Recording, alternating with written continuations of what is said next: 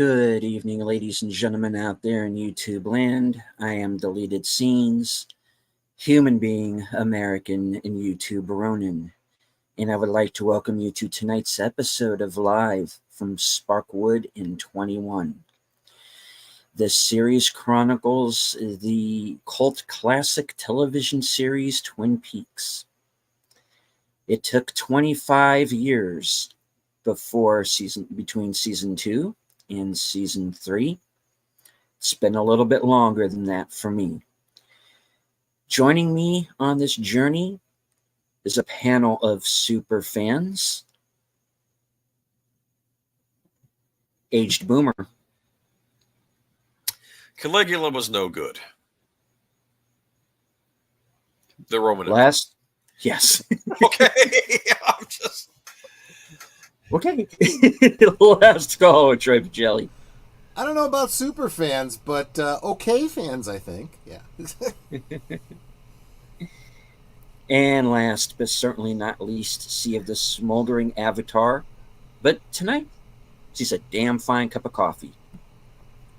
It took 4 hours to install our dishwasher. Yeah. Yeah, it was... And I haven't even had a chance to give it a spin yet. Do it during the day. Actually, that's probably not a bad idea. You're probably right. Water starts spurting out of it. Well, it's going through a cycle right now to do a kind of like complete through. Okay. Decent to let run. Okay. It's got like an hour left. Then I'll see how it cleans. But, I would like to say hello to everyone who joined us this evening in the chat. FKHC 2005, also known as Tim. Almost an hour early. Yes, the tired midnight blogger himself. And channel member Curtis Selby. Fluff Chick Productions. Channel member JPRPH1. Host of Films with Friends. The creator of the 10-word review. His review for Maxine is up right now. Big Up Presents. Faithful Blue Wrench, the bird woman of YouTube. Channel member Connie Cleary.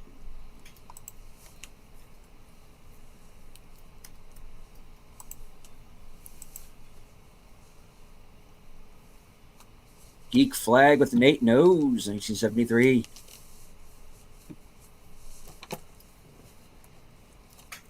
Emoji Queen, Lady Mist. All right, and I would also like to thank everyone currently joining us on Twitter. And eventually, possibly, on Rumble. I know we had a little issue backstage concerning the Rumble. The Rumble. Listen to me. And, Yeah, I think so, for, yeah. for our purposes, the Rumble will be a Memorex and not live.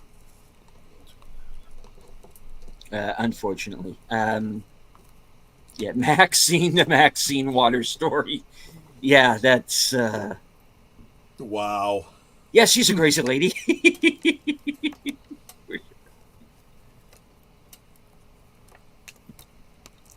All right, so Twin Peaks: The Return, Part 1. Yep. Now we stopped at a certain point within episode 1, so we will also be watching the last 10 minutes or so of Part 1, and then we will go into Part 2.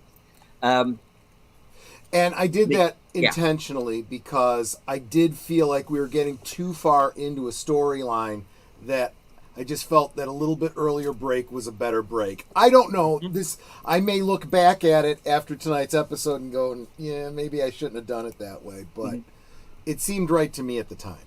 Right. But to explain what has been going on, apparently I do want to hear your proceeding. interpretation of what's going on. My interpretation of what's going on. Well,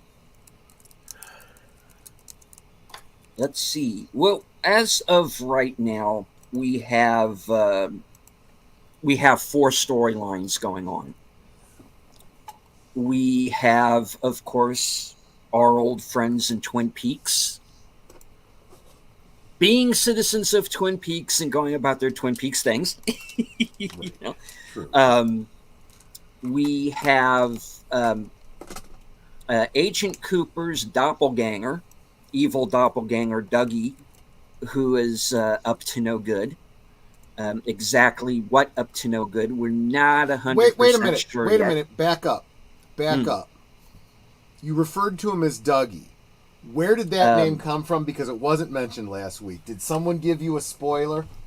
No, I knew that from when they did when this was released originally. Okay, That's what he's referred to You are as. kind of spoiling something then for yourself. Agent Cooper's doppelganger is not Dougie. Oh, And if you assume that to be the case, you'll get confused later on. okay. Yeah. All right. Maybe There. to smooth this over for you, because I think you're going to run into speed bumps in your mind if I don't do this. We have been exposed to doppelgangers as we understand doppelgangers from folklore. Doppelgangers, of course, are an alternate, the whole stereotypical evil twin, right? Whereas Dougie represents a new element of mythology that's being introduced in The Return, and that is something called a tulpa. And I don't want to get too into the folklore on that because it's still debatable what a tulpa is in this context. But we will get more into that later. Just so you know, there's actually going to be at least 3 characters being played by Kyle MacLachlan. That's what you need to know. Okay. All right. Well, we get a very non-Dale Cooper type of Dale Cooper in the first episode. He is still referred to as Agent Cooper, though. Everyone still believes him to be Agent Cooper. I'll let you take over that story. No. I needed to explain that because, okay. and this is why I wanted you to give your perspective, because, it's best that we communicated that. Okay. So anyway, there is an individual played by Kyle MacLachlan who seems to be up to no good. I'll put it that way. That's a great way to do it. Yes. And he is gathering a crew together to do whatever it is he's planning to do. Okay. So my often belief that this probably Cooper has been doing bad in the world for 25 years, perhaps, right? That wasn't the show telling me. That was just me guessing when I first saw this episode, right? Oh, you're right. I guess I kind of made the same assumption. I feel like it was a little bit implied obliquely by the line where Lucy says that Agent Cooper hasn't been seen in 24, 25 years since their son was born. So he skipped town. Okay. Exactly.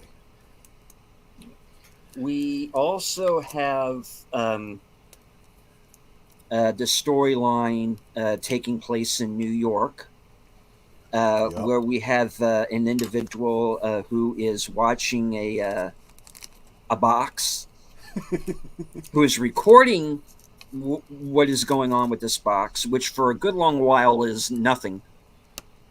Right. He gets distracted by the very lovely young Yvonne Zima, who's grown up quite nicely.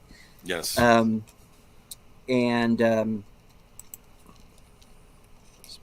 they are being guarded by Michael Bisping, the MMA fighter, who shows up for one scene and then very oddly disappears right when he is needed.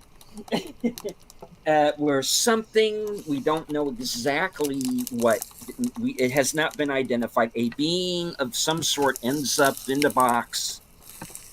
It attacks Yvonne Zima and the other guy, and they will, well, at least for the first episode anyway, will probably not be joining us.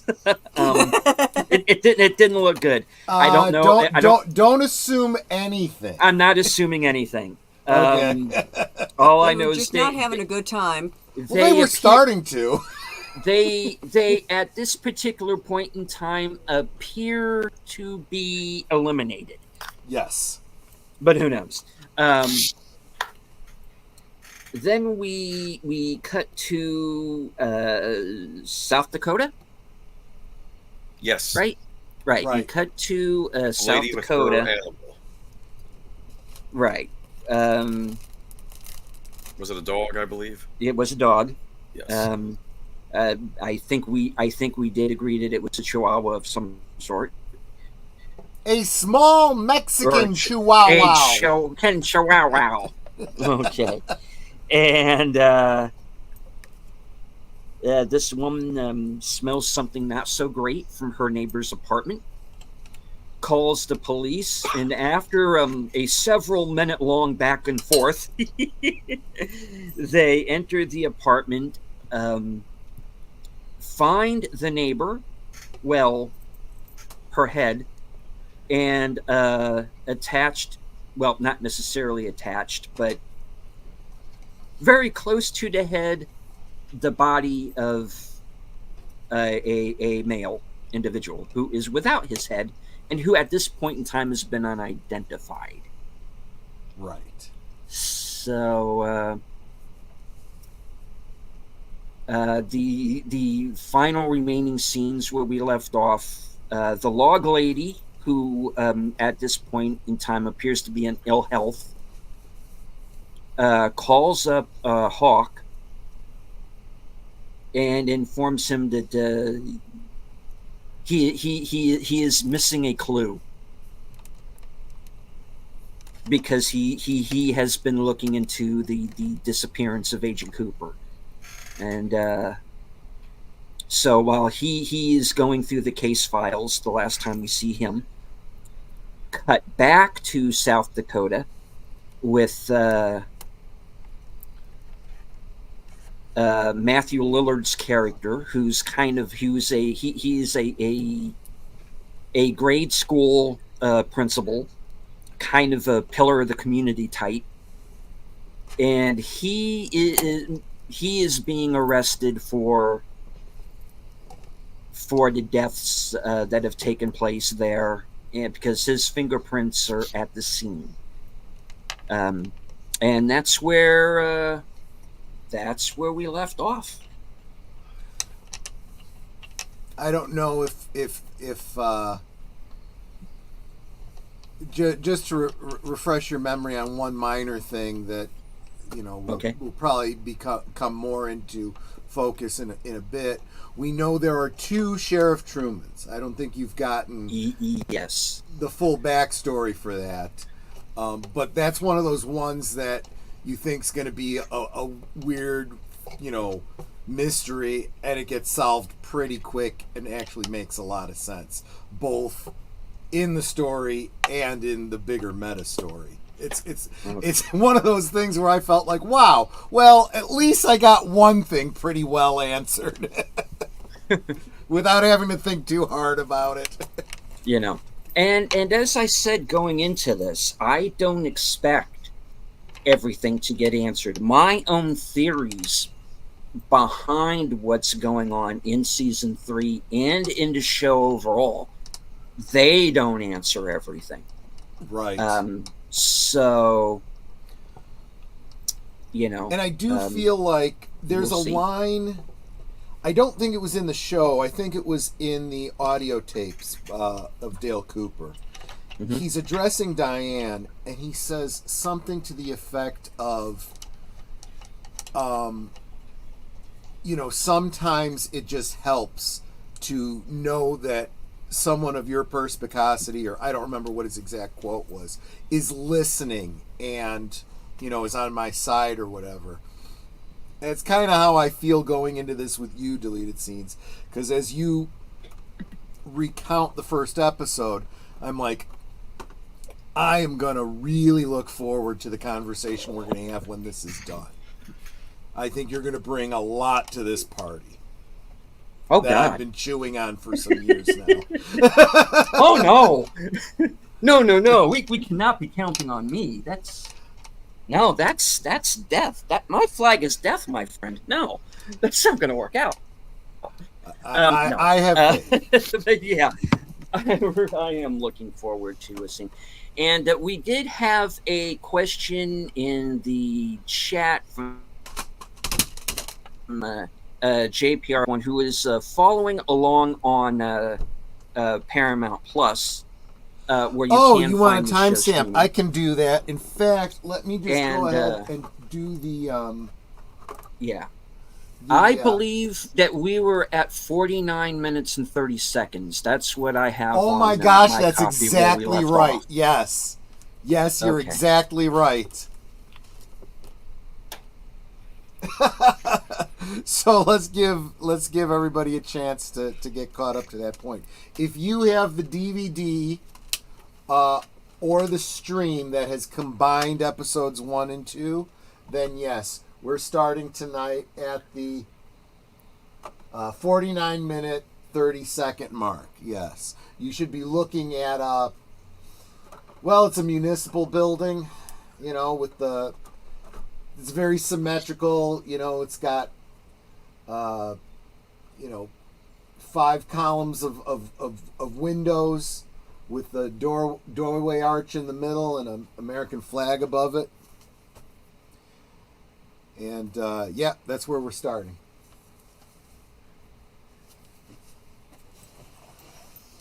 So let me know when you want me to go. All right. I just realized I'm not actually sharing it yet, am I? No. Because I don't see it on my screen. Okay. You're supposed to share. I am going to share. Cosme, share. There we go. All right. I just had to press the button. I had it all ready. I was all ready. I just had to actually press the button. Okay. We ready? All right. In 3, 2, 1, go. There we go.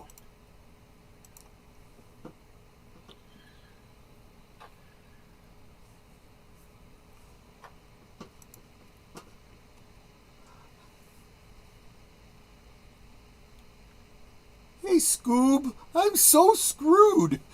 Yeah, Bailey Chase from Longmire.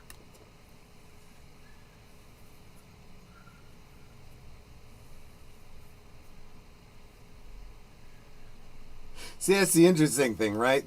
They have a missing head and a missing body.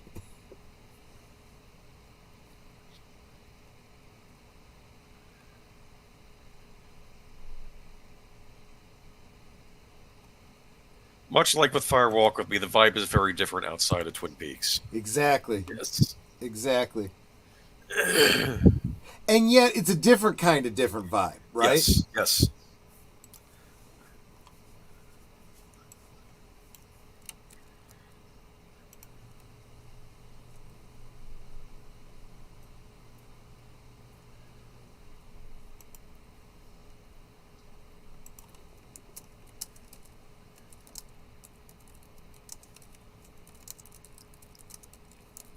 Now, this is all because I had a crush on Sid.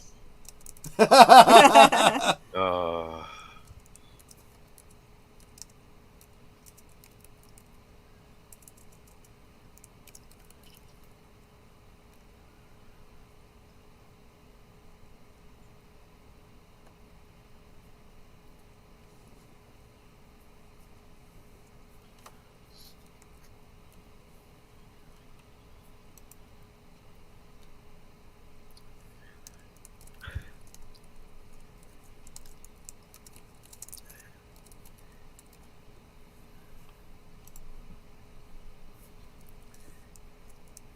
oh. Tim, maybe someone very much like him.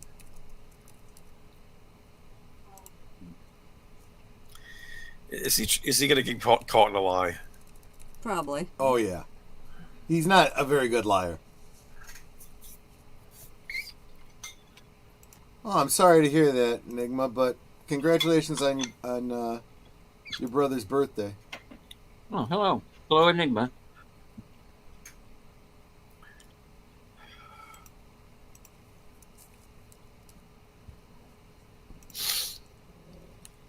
Okay.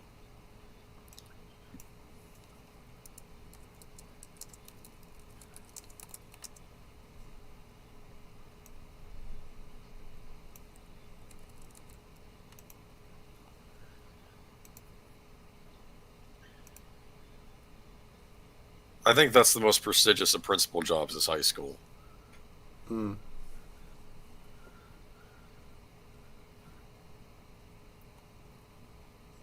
So probably a pillar of the community, right? Apparently so, yeah.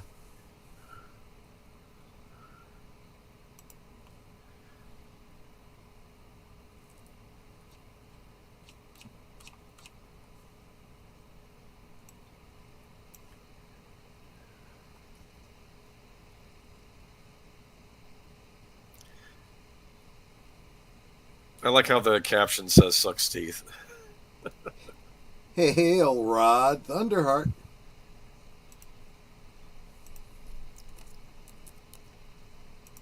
Anyone who's joining wants to watch along with us, the link is up at the top. You can, see right where we're at.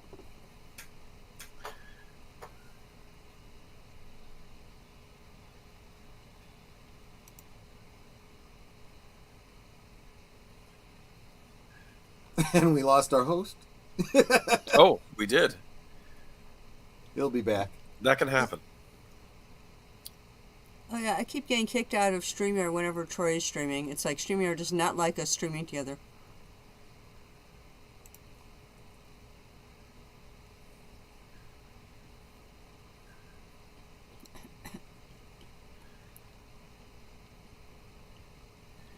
He's a bit squirrely.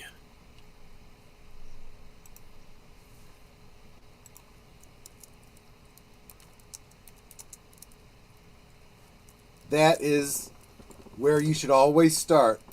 I have nothing to say till my lawyer gets here. Look, we can get your lawyer, but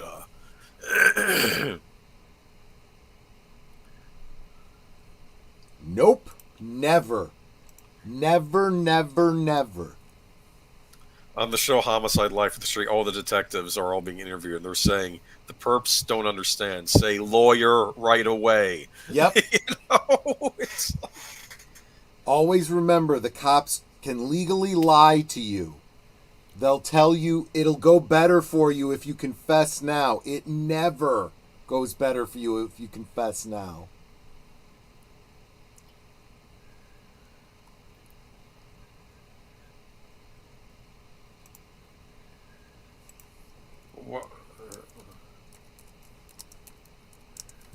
this not? I don't think I have this.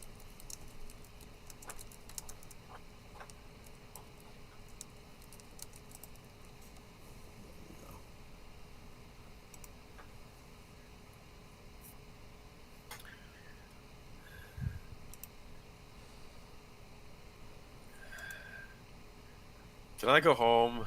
That's what I would be asking. I gotta feed my Great Dane. Yeah. Because we're having a dinner party, and it's just.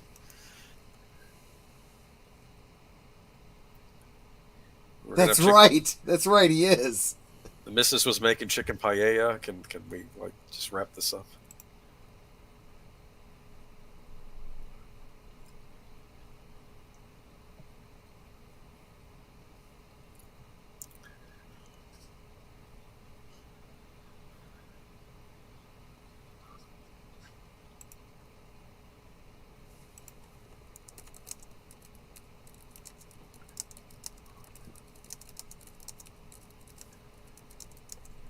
Enigma says keep deleted, booted out. I actually, at this point, don't even have an option. He's like gone. I'm guessing he's probably rebooting his system. He's going to miss. He's going to have to rewatch this later. Oh, he will, I'm sure.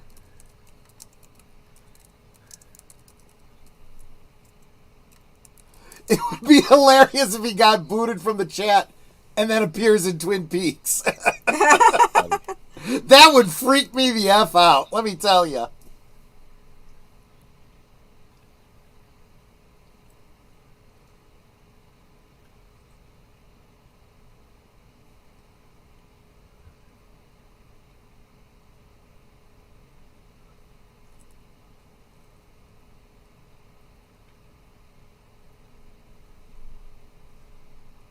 That's how things work in a small town, That's another thing. You get to read the warrant.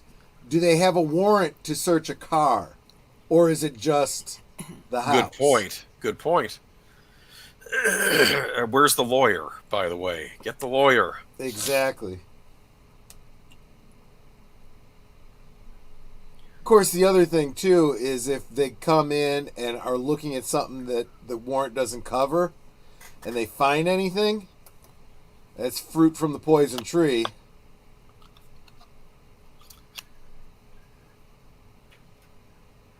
That's what got Dirty Harry into trouble in that first movie. Yeah. Now, here you get some shades of Blue Velvet, in my opinion.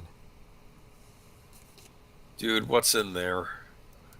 What's in the box? What's in the box? More importantly, what's under the box? Oh boy, what is that? Is that a tongue? As a police officer, your flashlight should probably be maintained and operational. Yeah, exactly. That's kind of amateur night. Come on, get your flashlight fixed. Have a spare. Right. Hey, we found this in your car. You know whose cheekbone? Thank you, Tim. But yeah, seriously. Again, though, the flashing light, right? The electrical problem. I think that's on brand for any time something wonky is going on. The evil influence, the Black Lodge or whatever.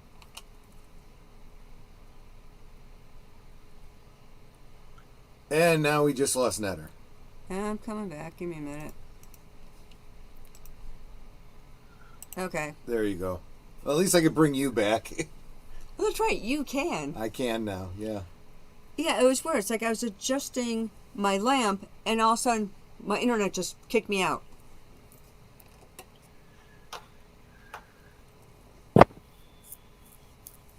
Twin Peaks is stealing everyone tonight, Enigma says.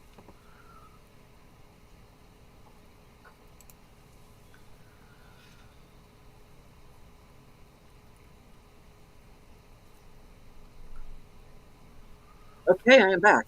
Welcome back. Hey there. You missed it. They found something in the dude's car. Yeah. and the copy I'm looking at, we're just finishing the credits after episode 1. Oh, that's nice. I lost everything there for a minute. I lost Cosme. You guys roboted. I lost StreamYard. Wow, that sounds like an internet connection So, thing. yeah, but I appear to be back up on StreamYard now. Do you need a timestamp, or are you just going to jump into the Cosme? And maybe somebody else too. Okay.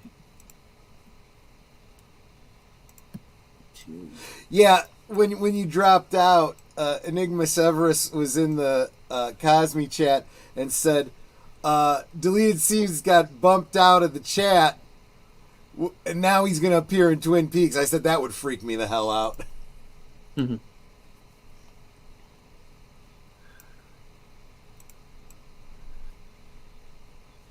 She's just gonna leave him there? Yep.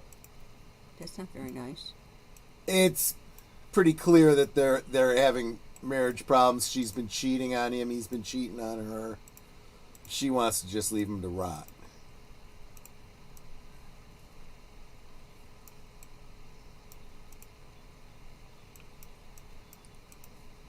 You're right, Tim. It was a conjugal visit. She showed up to say "fuck you." Oh.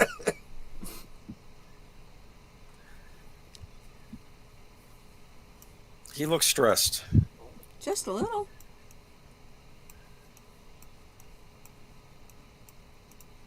Yes, Tim, she is a bitch.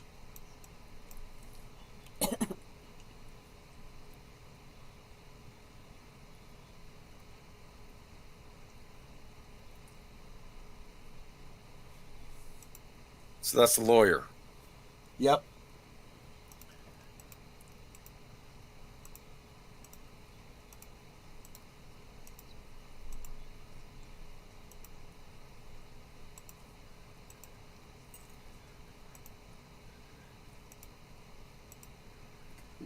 Curtis, it's creepy how you do that. And here we have the thumbnail image.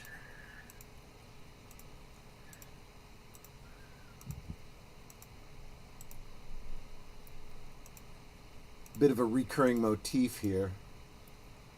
Who's in the other room? All right, I kind of had to go back a bit. Is that Julian Sands as the lawyer? I wouldn't know. Kind of look like him, but I had to fast forward, so I'm okay. So it looked like a lumberjack, but it looked like a lumberjack that was either covered in soot or had been burned, and then he just kind of disappeared.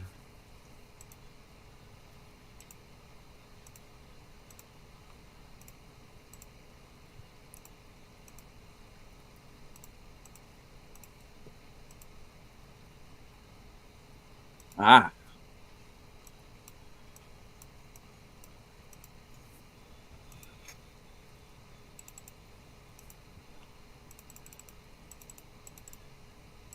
Yes, that would be right, John. This would be episode 2 now. Oh. Yep.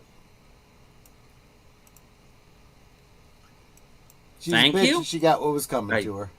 Okay.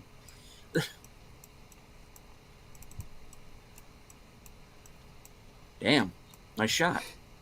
Yeah, there's there's a number of headshots and they're pretty realistic.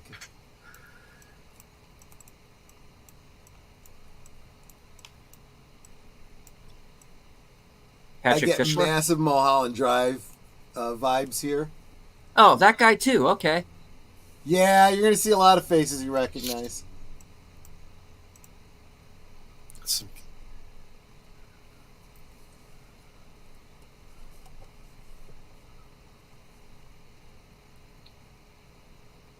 Oh, Curtis, man.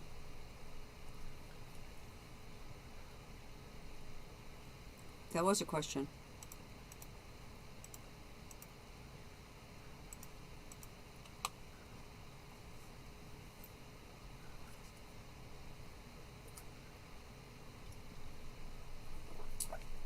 That's a sharp question.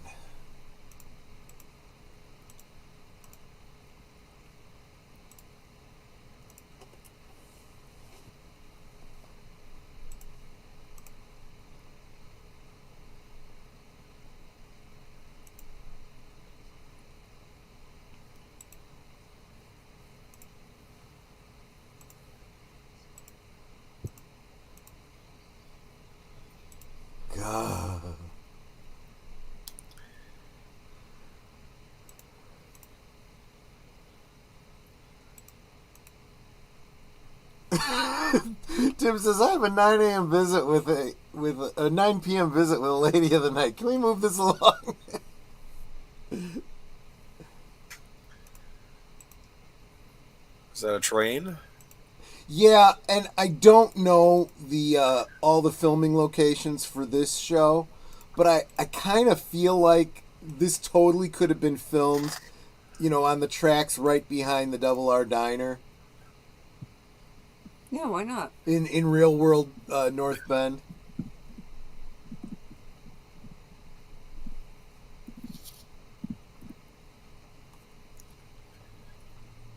Do you like trains?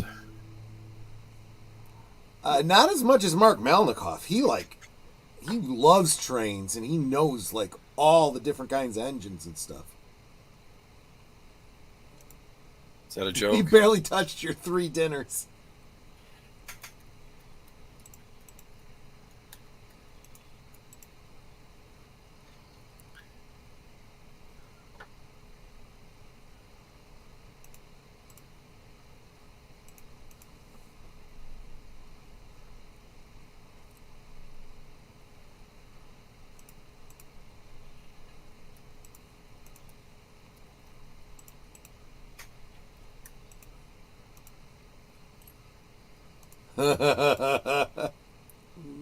And speaking of the devil, he confirms he lives and breathes trains. Dropping in for a little while, making my rounds. Good. Hey, Mark. You might want to Memorex this a little bit later because I was talking about a little bit of Buddhist mythology, tulpas in particular.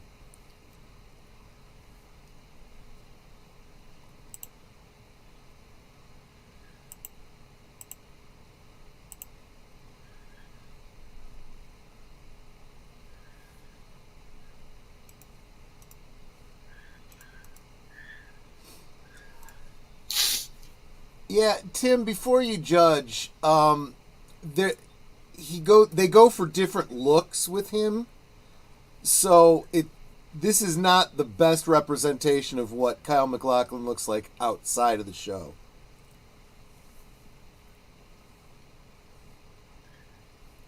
So we're going to be filming Twin Peaks. Let your hair grow.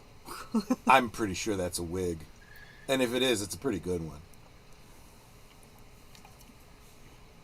Oh, you're still in the dilithium mines. Okay, fair enough, Mark.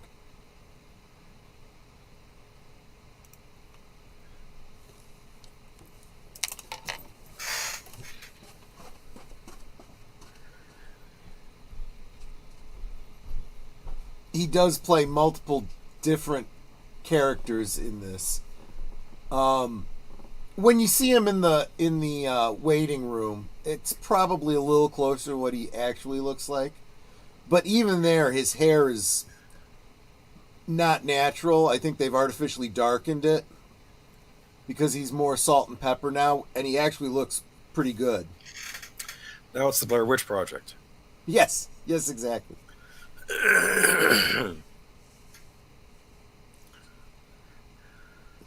Mike shot Bobby.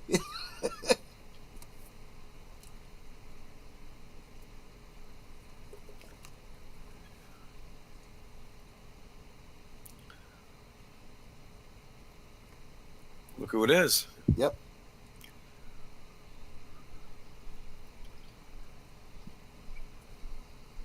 So whoever she's calling is... Oh, there you go. See? Margaret? Talk. Margaret Lanterman, good evening. Where are you walking tonight?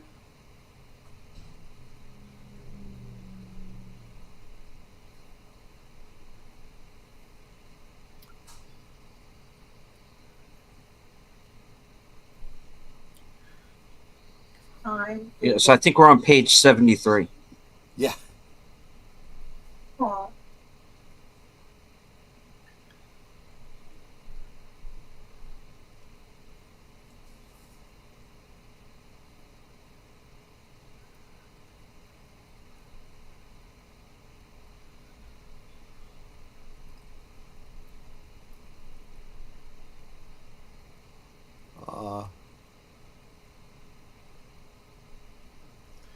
Pie sounds nice. Right.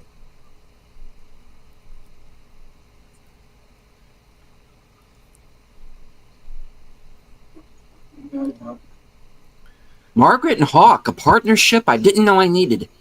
I know, right? You get the feeling that they really do have a simpatico going on, on that spiritual level. Yes. It's like he has come more into his own, spiritually speaking, in the past 25 years. Uh-oh. Yeah. Oh, we've seen that before.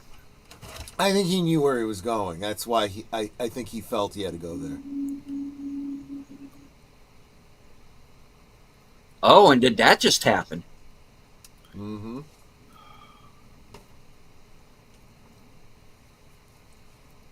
Shiznit, he's found it.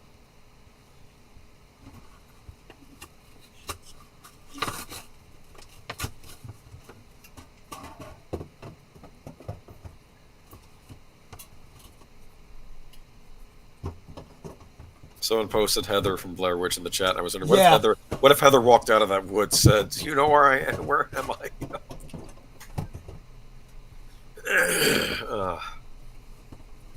Well, Well, we're back in the waiting room. Yeah, that's they definitely darkened his hair because, like I said, he's salt and pepper now.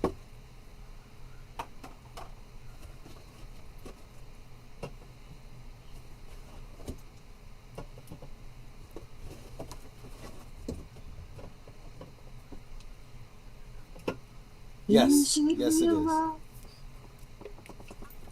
This is just fantasy. Sorry. Escape from reality. Sorry. does he have a pin on his jacket? What is that? Does he? Oh. Cooper's jacket. Oh. Yeah. What is that? I don't know. FBI pin? He wasn't wearing it when he came in here. Yeah. Here we go. Hello.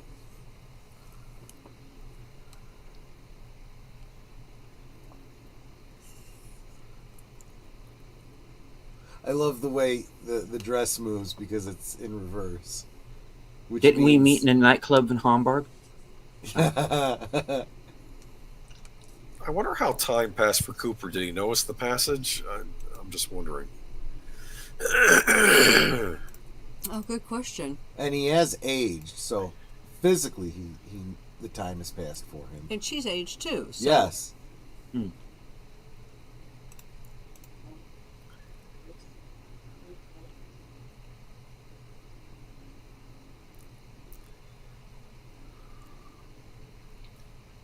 Look at Burns' suit.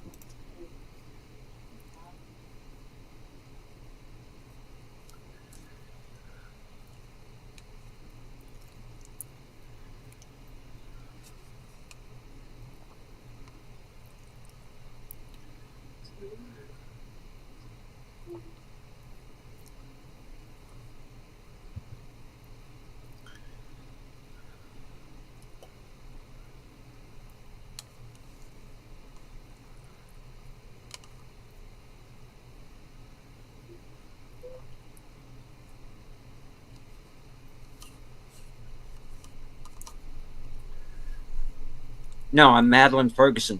Shoots. No.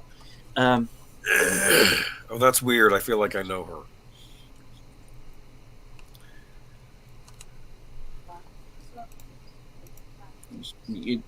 Yeah.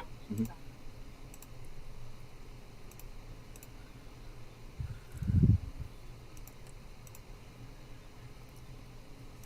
So not exactly the same as the dream sequence in the first, but similar.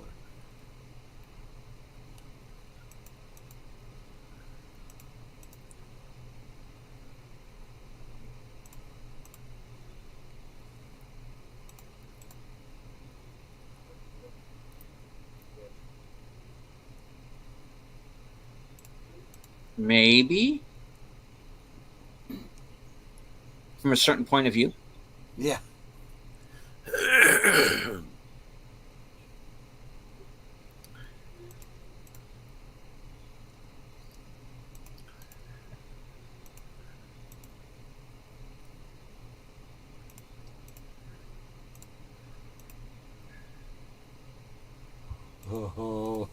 What's going on here? Rip her face off. Yep.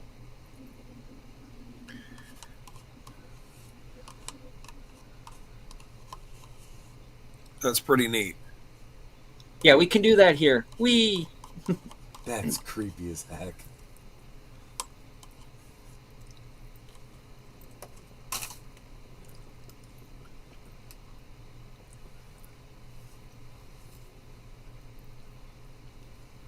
See, I Can think you it's do why that? it's important that Mike starts this scene with, is this future or is this past?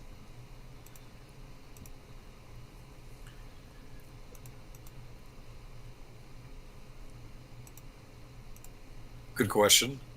Where are you going? Sorry. You can check out anytime you like. No, You apparently can not. Never leave.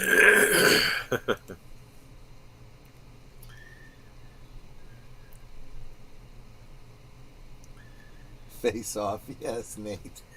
And welcome, by the way. I love Face Off. Gonna take his face. Off. That was Nick Cage doing some overacting in that Yes. movie. I could eat a peach for hours. Think about it. Agent Cooper missed the theatrical run of Face Off because he was stuck in here. Oh, good point. You missed a lot of things in 25 years. What did I miss if he gets out? You missed Face Off. Which... What's she telling him? What's going on here? I want to know. Well, in the original dream, she was saying that it was her father that murdered her. See, I wouldn't be asking the question, when can I leave? I would be asking the question, how do I leave? Good point. I suspect it's complicated. Yes. There are rules. Whoa. The curtains are revolting. Oh, she's gone. Okay. Okay. And it doesn't have a silent drapery runner. No. I would start thinking, is that going to happen to me? It's like, that's what I would be thinking. It is a void. It's like, wow, I haven't seen that in 25 years. Well, we saw the screaming Laura Palmer, but I suspected that was a doppelganger of some sort, not the actual Laura Yeah, Palmer. this was a different kind of scream. Oh, look Aw, who's look at the there. horsey. Now, you've said that is not Troy, is that I right? don't believe it's Troy because that's not how Troy was described. That's a pale horse. I always presumed it had some correlation with death. Yeah, you don't look anything like that, sweetie. Right.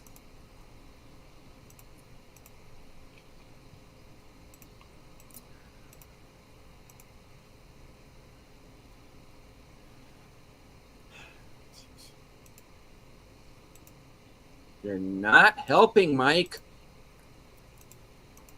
Well, I think it was good to bookend it. Come on, let's go. Come on, come on.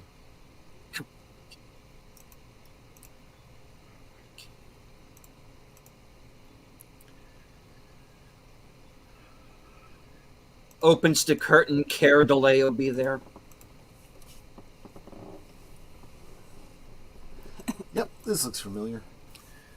There are worse places, there are worse people to be stuck with than Mike, right? Well, you could always be stuck with this thing. Right. Oh my goodness. WTF. That's an understatement. That's his arm? Yep. Okay. It talks? It why not? talks. Twin Peak, why not? Okay. Could you just bring the little guy back here, please? Yeah, the Thank you. dancing dude. Yeah, I don't know what this Yeah, is. I This liked is- him. He was one of the ones that they were not going to be bringing back. Okay. The actor pass on, or was it just... No. He there was There was some behind the scenes stuff Okay. with Mike. I got you. Mike, the actor, not I this see. Mike here. Remember your doppelganger. Part of me is wondering if he does remember the doppelganger. I guess that's what he just thought.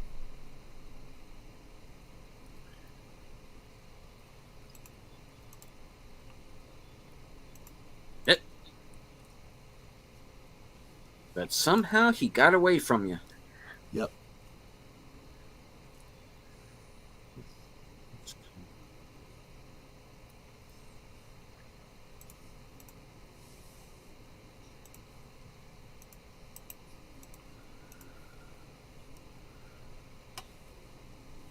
Well, wonderful. Wonderful. Did you just say so in the first place?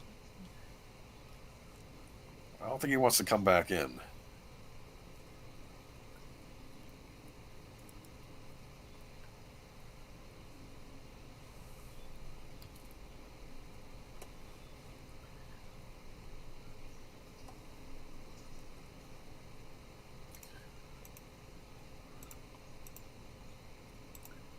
Pull it out. You don't want to get it tucked under. Or maybe he did tuck it under. I don't know.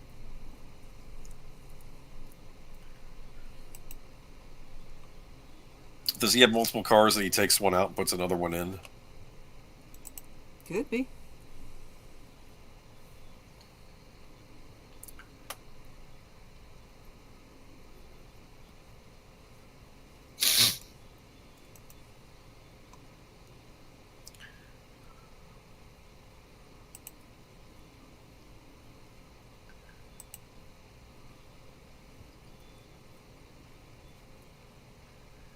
No. Oh, sorry. Your face is soft and squishy.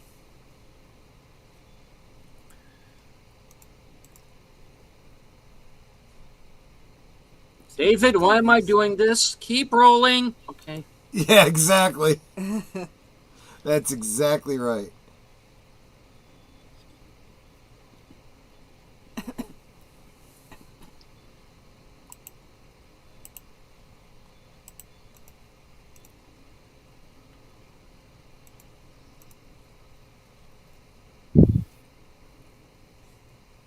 I like a good rainstorm. Yes. So the pin, by the way, that's on his lapel, it's a vintage badge from Soka Gakki, a specific branch of Buddhism. Ah. Hello? Hi.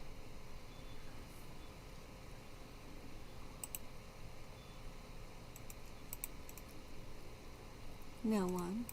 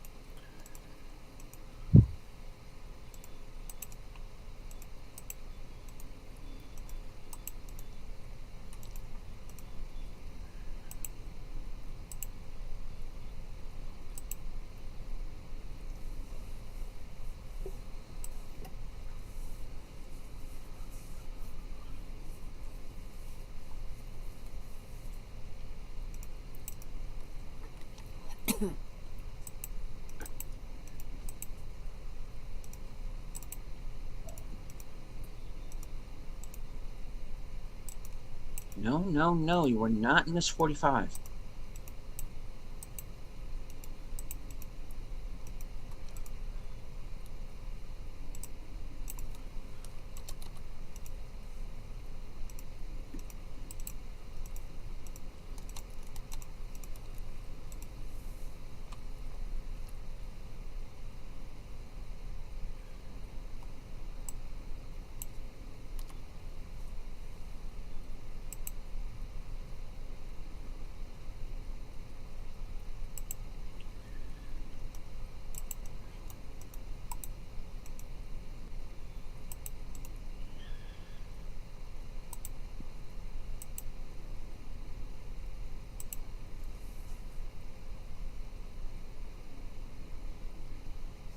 Oh boy.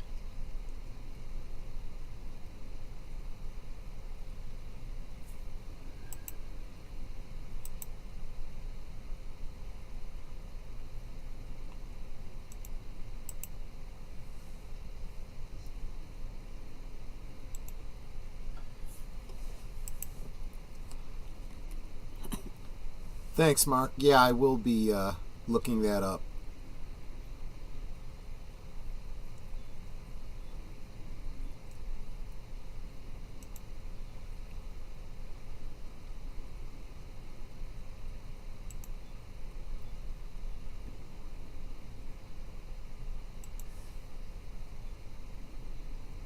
And nobody's listening.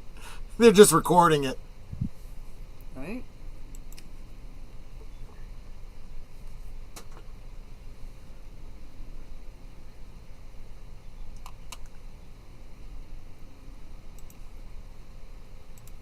Wait a minute, Jeffries? Yep.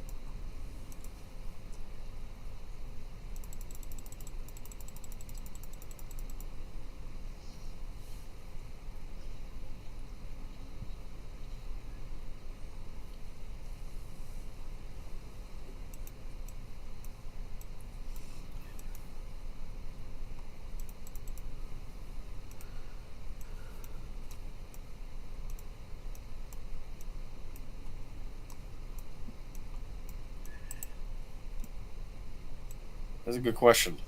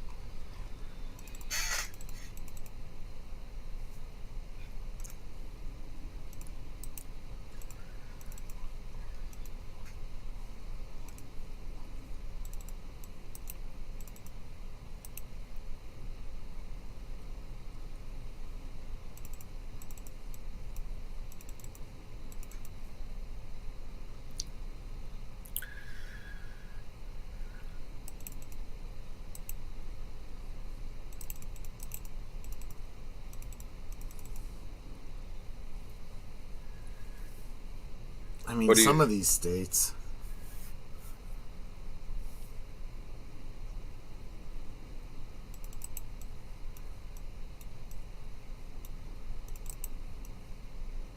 I'm trying to think what happens if you carry a gun over into Canada. I think you have to surrender it or turn around.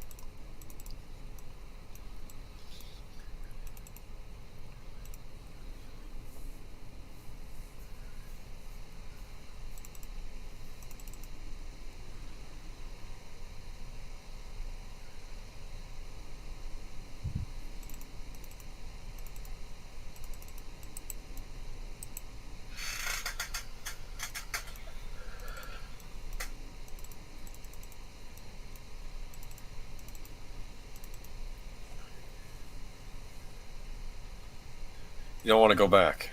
Right.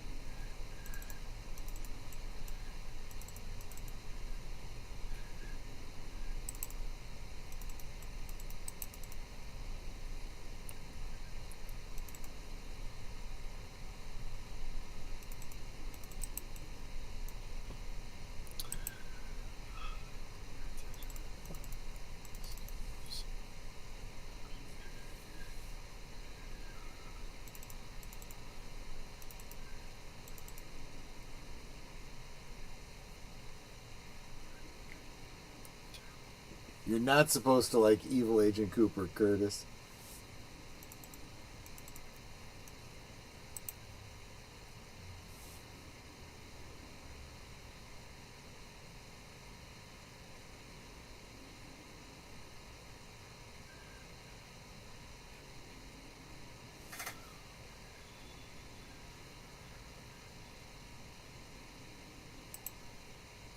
It's the tick. We are not going to talk about Judy.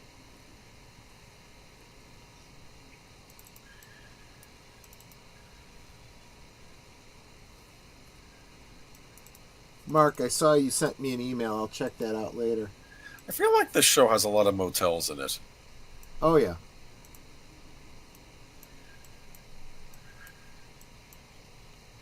I think there's thematic meaning to it. They represent travel, a place that's not quite homey, but it's got the weak elements of the comforts of home, so to speak. That's rough. Yeah.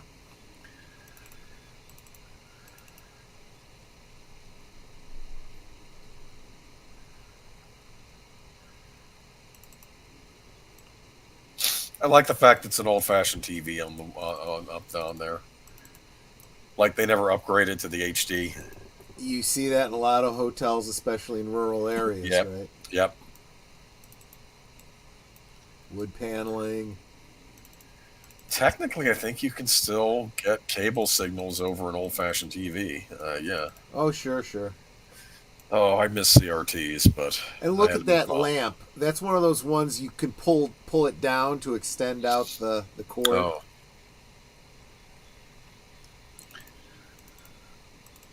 Yeah, we know deleted scenes. When you dropped out, we knew what was going on.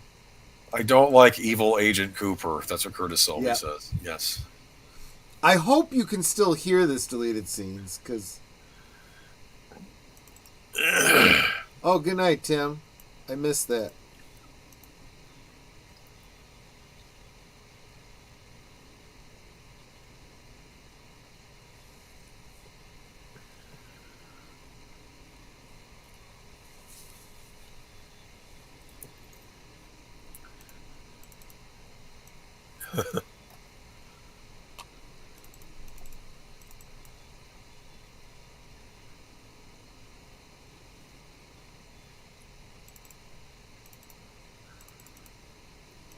And I will be with Bob again.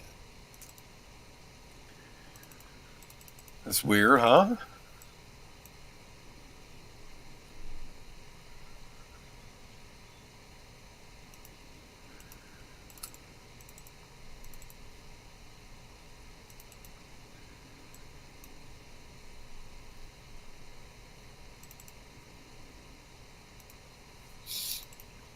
So now you start to question, was that actually Philip Jeffries?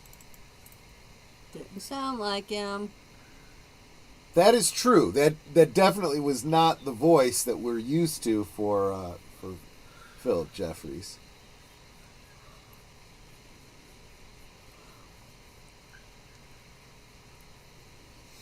So it's an older laptop because it's got more of a square screen. Yeah, and that keyboard style too. I think I still have a laptop like that. Yeah.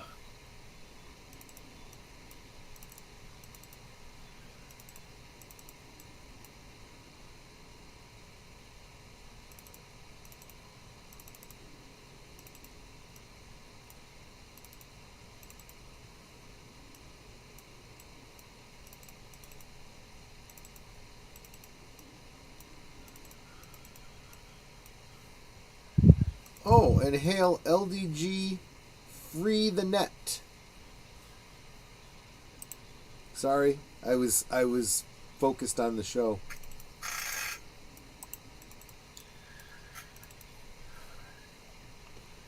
Someone's gonna think you're talking about porn. Yeah, no.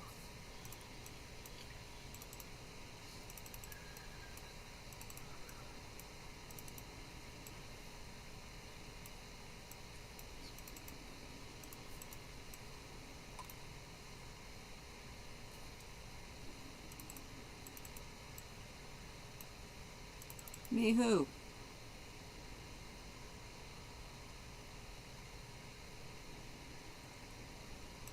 Is that Jennifer Jason Leigh?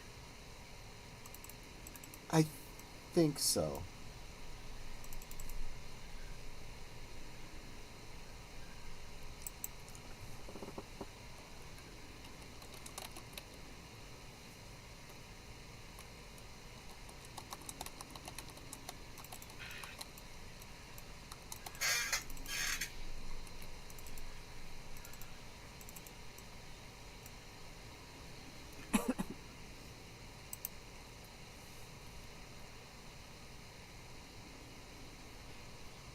Okay, let's see if this works. Hey guys.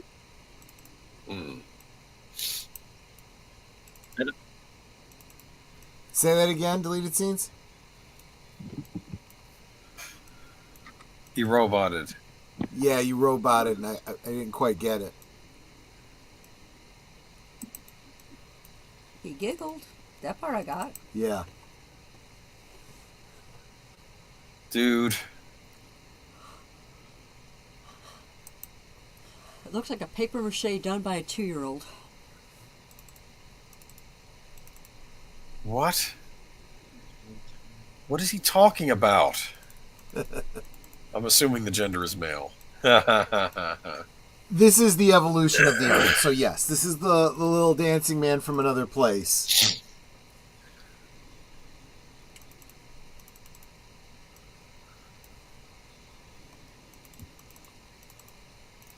It's like something out of a Tool video. Go, get out of here. So Bob is supposed to return on this date. Is that the impression I'm getting here? Right, and keep in mind that Bob and Doppel Cooper are inhabiting the same body.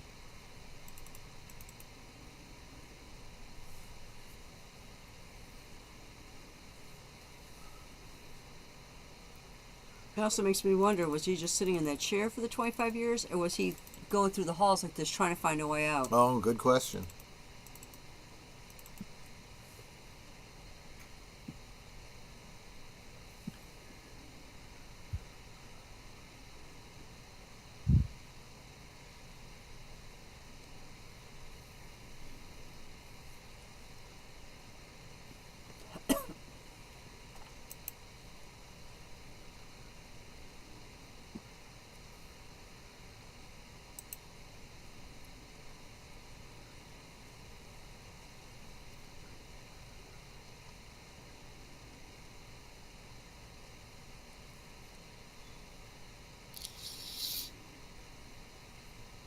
Yes, I just confirmed that was Jennifer Jason Leigh, by the way. It's Leland.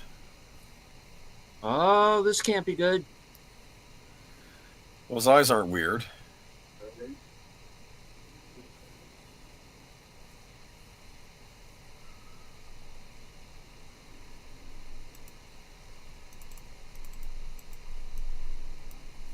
I'm now imagining that weird tree to be in a Charlie Brown Christmas special. Like Oh, the tree gosh. that's around it. You know what I'm saying?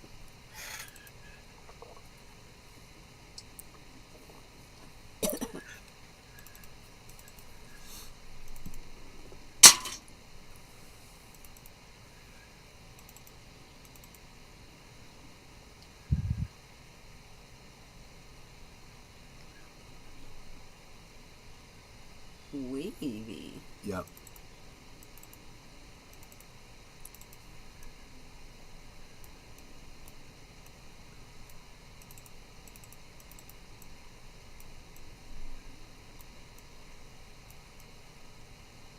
The imagery of statues without an arm, without arms.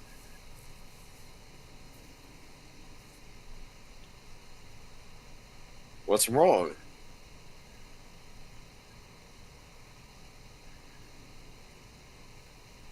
So the arm has a doppelganger too.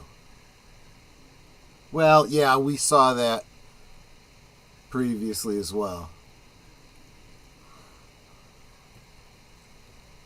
Remember, the doppelgangers were usually indicated by like white eyes in the waiting room.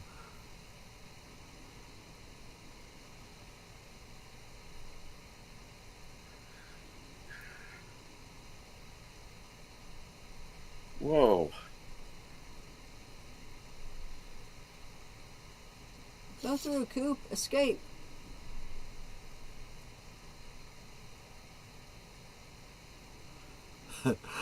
David Lynch must have wrote this on a diet of disco biscuits. Oh, he's getting mad. That is the arms doppelganger.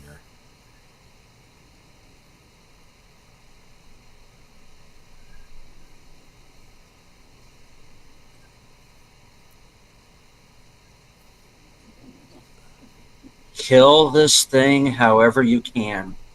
Right. I don't think he's going to get a chance. I think he's going to go. There he goes.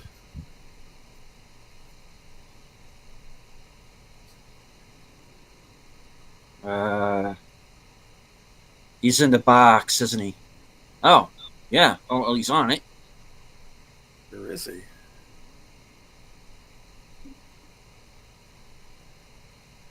Yep. Very good. Of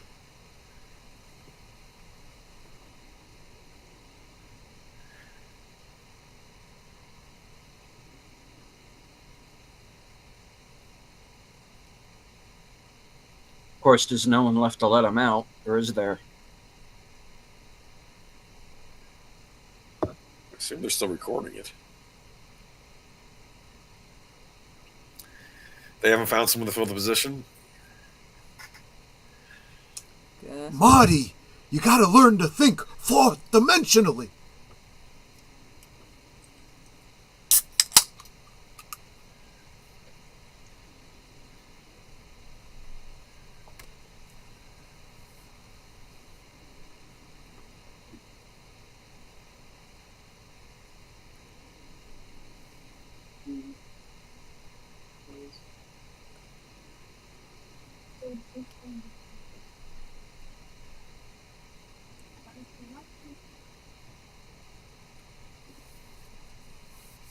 This is a weird Fatboy Slim video. Yeah. I'm kind of surprised Walken's not in this. Or is he? I don't remember.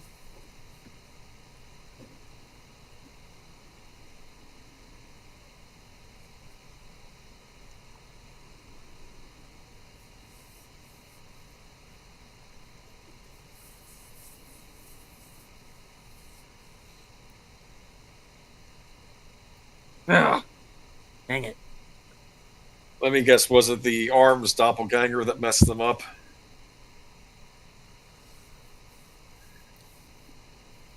There's a definite disharmony, right? Because for Cooper to get out, his doppelganger has to come back in.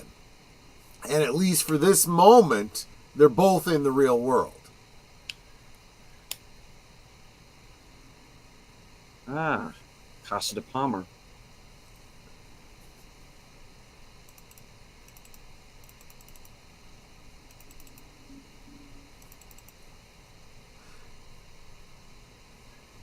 Whoa. Everybody's got a water buffalo. Yours is fast, but mine is slow. Oh, where they come from, I don't know. But everybody's got a water buffalo. Surprised that Leland didn't sing that on a certain episode. Yeah, right.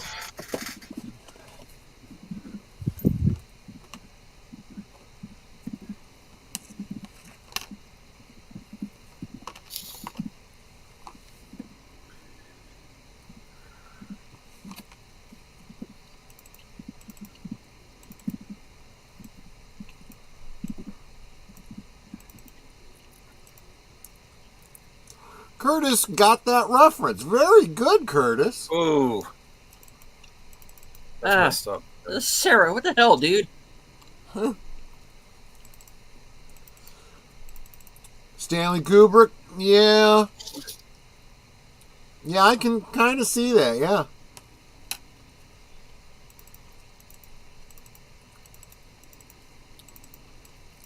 Okay. We're at the Roadhouse.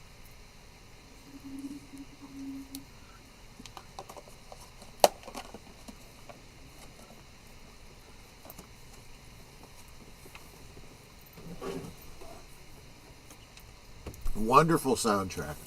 She's no Julie Cruz. Nope.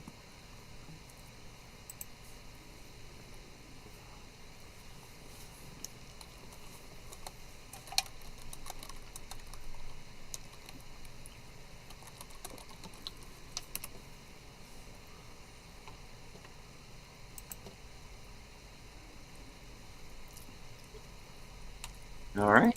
James. So Yep. yeah, Yes, I remember the movie Snatch. Dogs bollocks means something separate from bollocks. Yes.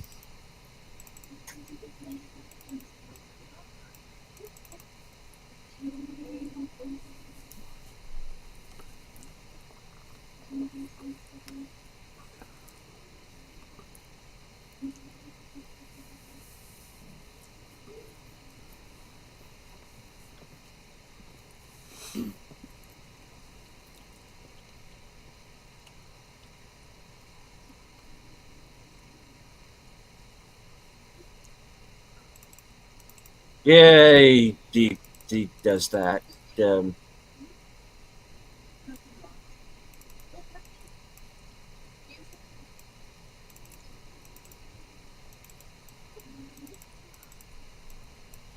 He's always been cool. Thank you, Shelly.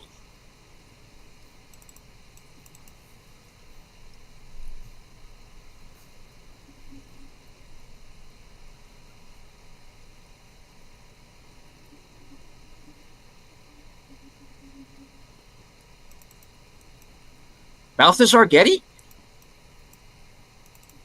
Oh, maybe.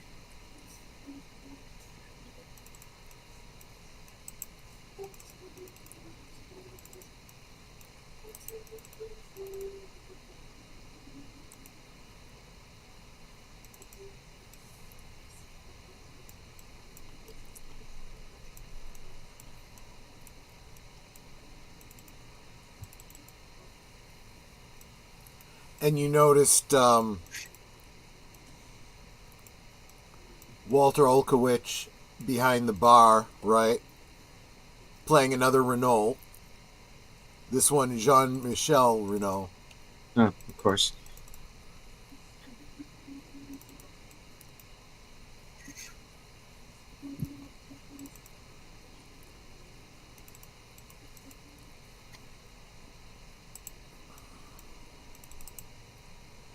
And I believe that was the Chromatics. Mm-hmm. Now, correct me if I'm wrong. Does he not end many or all of these with with a kind of musical number like this? I'm sorry, say that again, Boomer? Does David Lynch or the people making the show, don't we kind of end with a musical number each episode, if memory serves? Yes, a different tune at the end of I each believe episode. that the reason that's done is here we because go. Yeah. Okay. it's almost like this is an intermission if you wanted to watch it straight through, like for 12 Right. hours. or This is the whatever. first time I saw those. Watching the credits, they had a name, Caroline Strickland or something, and then next to it, it just was question marks Yeah. instead of a person's name.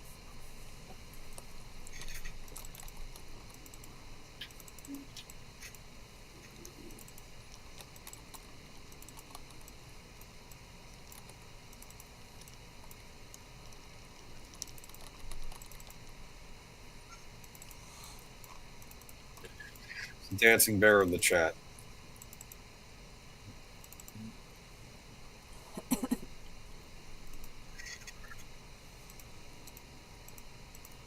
I had to shut off all of my tabs except StreamYard, or else I wouldn't have been able to hear or see things. So, sorry to everybody. I had to leave Cosme It and happens. YouTube there early. So, but I don't think I missed too awfully much with this episode. I might have to go back and watch it again to be sure. in memory but, of I Carolyn think I did Colson and Yeah, Frank Silva. That's yeah.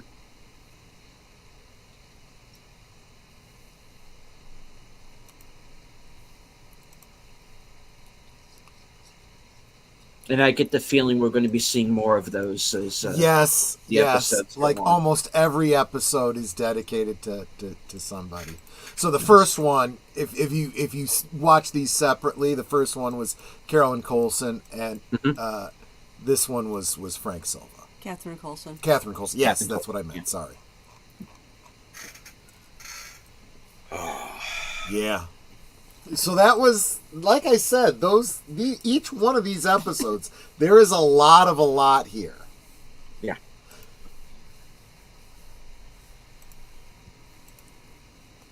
So I'm noticing that IMDb lists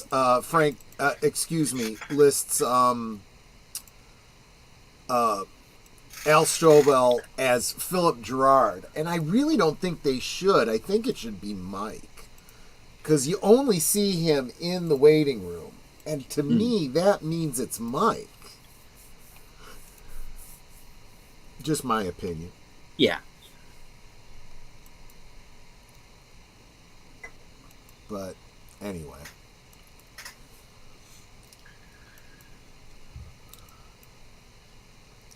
So just so that you weren't too thrown, and also it is worth rewatching those credits too, because you do get little bits of information that may not have come from the dialogue. For example, Mansion Amik is credited as playing Shelley Briggs.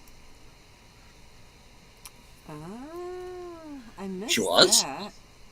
No, I missed that too. Okay. Okay, so there's, I guess the credits are different if you watch it straight through, then, because I watched part 1 and part 2. That's how I did it. So, okay. Oh. And so you can probably guess that we will be finding out more about Bobby and what happened to him. Because we have not seen him yet. Right. So. I want to know what happened to Leo. Yeah. You will find out about what happens to Leo.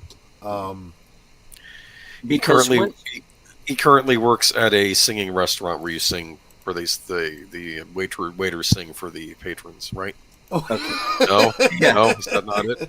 Because the one thing that I did not bring up at the beginning was that since we did see Ben Horn in the first episode, we know he survived the little bop on the noggin that he got. Right. But what happened between that period of time, we don't know, other than the fact that he's doing his best to be a good boy.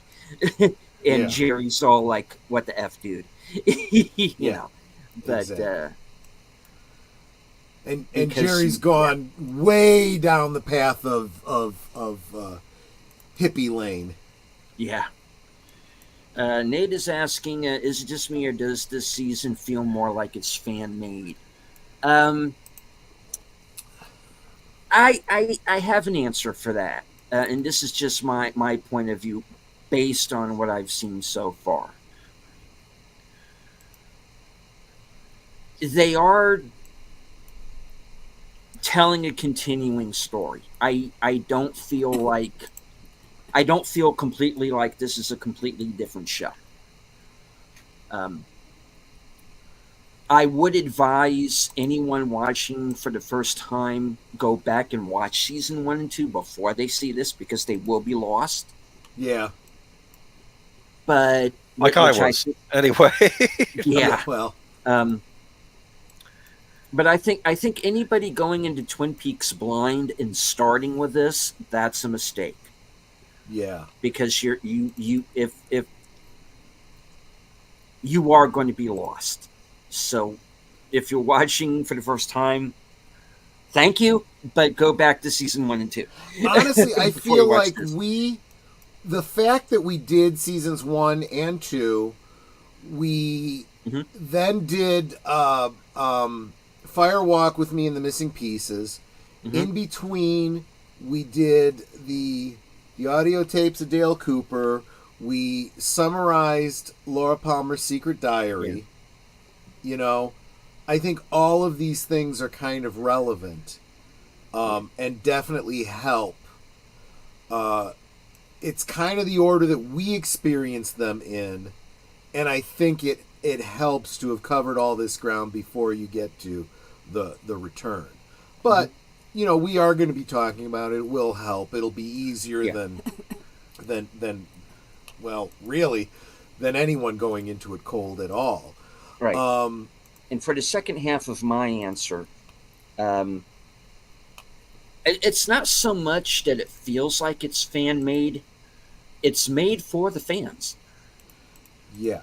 That's the Yeah. way I'm looking at it. Not that it's fan made; it's made for the fans. So, is there fan servicey stuff in here? Yes.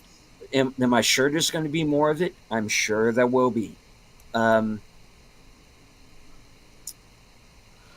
but the way I look at it is season 3 was made for the fans, but they are continuing the story because I don't feel like I'm watching a completely different show. Right. Even though so far we've been focused mostly on characters outside of Twin Peaks, and that was something that was worrying me. Are we cutting too much back and forth with this? But what really unlocked that for me was when David Lynch said that Mulholland Drive is in the same universe as Twin Peaks, because I'm definitely feeling a Mulholland Drive vibe with this. Yeah, and I You know, think that yeah. this is also why I had said that we will have to visit Mulholland Drive. We will have to probably look at Blue Velvet again. We may even want to get to Inland Empire. You know, I think all of these things have a little morsel that goes along with the overall dish. I do also feel that there is a metatextual element to this. Oh yeah. Huh? Oh, for sure. Yeah. It's I was going to say, very I meta. feel Yeah. like understanding there is some obvious symbolism within the show, but I think there's also a symbolism that says something about, you know, the real world too. It's like, you know, like I had said before, I felt like Twin Peaks, the original 2 seasons, were meant to be kind of a distorted reflection of, you know, nighttime drama television, right? Mhm. And I felt that Fire Walk with Me was then a similar kind of distorted reflection, but more of the dark and gritty movies, you know, that we were getting in that era. You know, more cinema, right? And this, I feel like, is a commentary on, you know, the cable series, you know, of the day. You know, the Sopranos and things like that. You know, you're supposed to kind of the fact that they are different medium actually says something about the internal lore and the internal framework of the narrative, so to speak. So just my take on it, and I do think yes, there is that element of as a result of all those things I just said. I feel like David Lynch and Mark Frost were like they would not have even come back and done this if it weren't for the fans. I think they were doing this because the fans had been so receptive to their work, had been so requesting, you know, to revisit Twin Peaks. I mean, I'll tell you, the small group of people, and I say small by comparison to like fans of Star Trek or Star Wars, right? As far as fandoms go, the niche of fans that would go every year to the fests and whatnot are real diehard fans.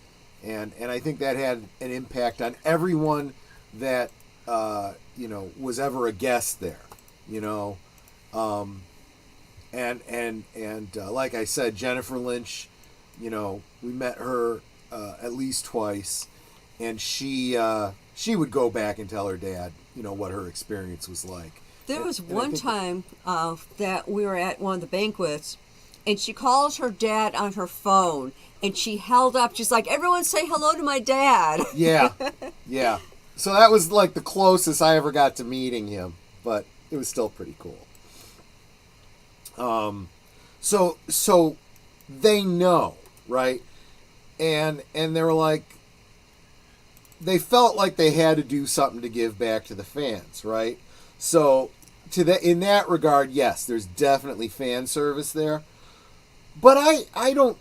David Lynch is not the kind that compromises and just gives, fan service. Fan service alone is like a cake that's all frosting. That's not David Lynch. He wouldn't have done this if he wasn't going to bake another cake, And there's a lot of cake here. I think I'm really stretching the metaphor, but You're making me hungry. yeah, I know. So, yeah, there you go. A cinnamon cake. I can make one of those. Yes, you could. But some very dark things going on here, obviously. I don't want to say too much about Judy or Philip Jeffries. I don't want to spoil anything. Philip So- Jeffries. Huh? Indeed, and that's one of the things that I wanted to bring up because, and I don't know if you want to go too deeply into this now, so I'm leaving that up to you. There were a couple of shall we say missing people for various reasons. Could you Yes. expound on that? Okay, so help me out. What was the name of the actor who played Leo Johnson? Eric DeRay. Right. I don't believe he returned in any capacity. Without giving you the whole summary, not that there's a lot to say, his character, it wouldn't have been appropriate to bring his character back. Michael Anderson, who played the Arm, had a falling out with David Lynch and some of the other people behind the scenes. And everything I know about it is gossip that I cannot confirm, so I'd really rather not go into what I've heard. It's kind of distasteful. I'm certainly not taking sides, but it was a situation where they weren't going to be bringing him back. He was mad because his arm got more lines than him. Yeah, right. Well, that, and it's from what I've heard, it's also why we never got another season of Carnival. That sucks. He had some issues. So that is why they did what they did with the Arm in the lodge scenes. As far as I'm getting a little ahead, this is minor spoiler territory here, but I think it's the kind of thing that you've had to assume. David Bowie died before the filming of any of this, so he was not going to be able to. And it was the timing was very close. So a lot of fans were speculating, especially in these first couple episodes when they mentioned Jeffries. They're like, "Oh, did he film something before he died or something?" No, he's not coming back. So they do something with him that's kind of like what they did with Michael Anderson. Okay. Come on, Pacelli, spill the tea. I'm doing it like Cooper spills the coffee in that one dream sequence. You know who doesn't spill coffee? Hmm. Evil Cooper would never spill a cup of coffee. No. I just have that suspicion. No, but if it's hot enough, he might pour it over your head before he punched you in the face. He's not a nice man. No, he's absolutely not. Definitely the evil twin kind of thing. That's why he's called Evil Cooper. That duality also, I think, is very important. Not going to go too far into it, any theories or anything like that, but Cooper, you remember Annie in Fire Walk with Me. She appears to Laura and says the good Dale is in the lodge. Write it in your diary. Mm-hmm. She calls him the good Dale, right? That's not just her perspective. That's kind of an absolute. He is good. The doppelganger is evil. And that's a duality that doesn't usually exist in the real world. I mean, everyone's got, it's kind of like that, The Enemy Within, right? From the original Star Trek, right? The good and the evil Kirk, right? Neither one of them can function like in the real world. They have to be brought back together to balance each other out. A lot of Buddhist type, elements here, that balance and so forth. And right now things are out of balance. So we had Agent Cooper. He was supposed to his evil. Sorry, the doppelganger was supposed to return. He does not. Right. He's doing everything he can to avoid it. By not doing that, something got screwed up. Right. Right. Yeah. And this is the kind of thing, even if I wanted to spoil, I'm not sure I could, because I'm starting to tread into territory of lore that I have theories about but don't know for certain. One thing I can say, he did bring up this thing about coordinates, right? Mm-hmm. And this is going to become a recurring theme, especially when we start talking about the final dossier and the secret history. There are alignments of planets, the passage of time, things like that are important. So locations, on the map, and locations specifically not only in physical space, but, temporal as well, becomes important. This all kind of ties in with Project Blue Book and the Blue Rose, and you remember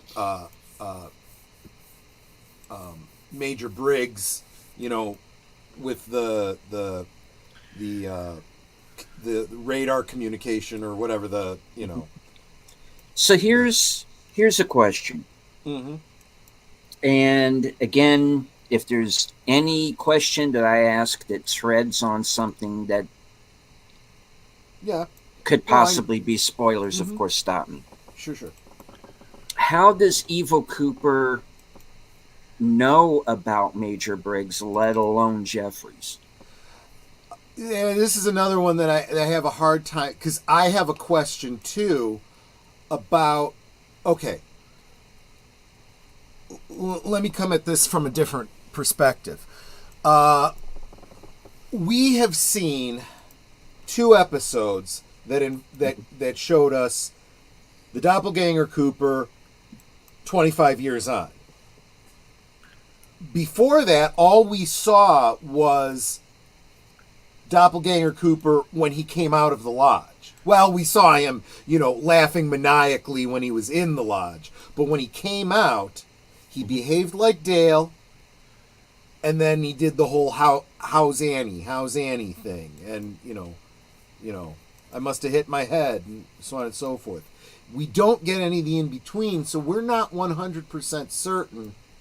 How much of Dale's memories does he have? Does he know everything that Dale knew? But what we can tell from just tonight's episode alone is that doppelganger Cooper definitely understands the way that the lodges work. That's his territory, and he gets the rules, so to speak. What's also nice about that is, for once, we're getting it without a filter.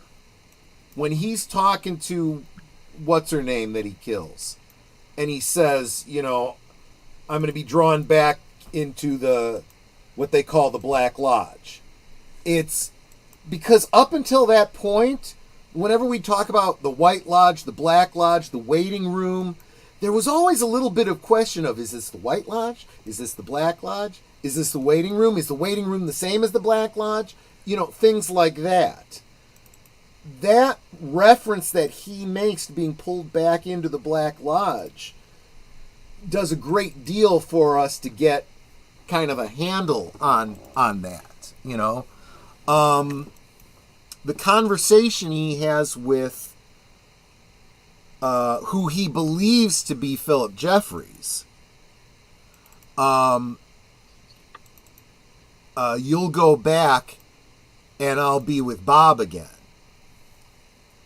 Well, we know that Bob is hitching a ride on Evil Dale. Mm-hmm. So that's what's being referred to. When he's pulled back in, Bob will be pulled back in as well. Whoever it is going to be in the Black Lodge too, I guess. A denizen of the Black Lodge. I'm actually covering ground I'm not clear on myself here. I'm doing some speculating here.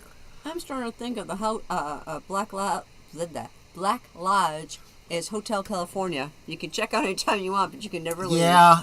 There's that element to it.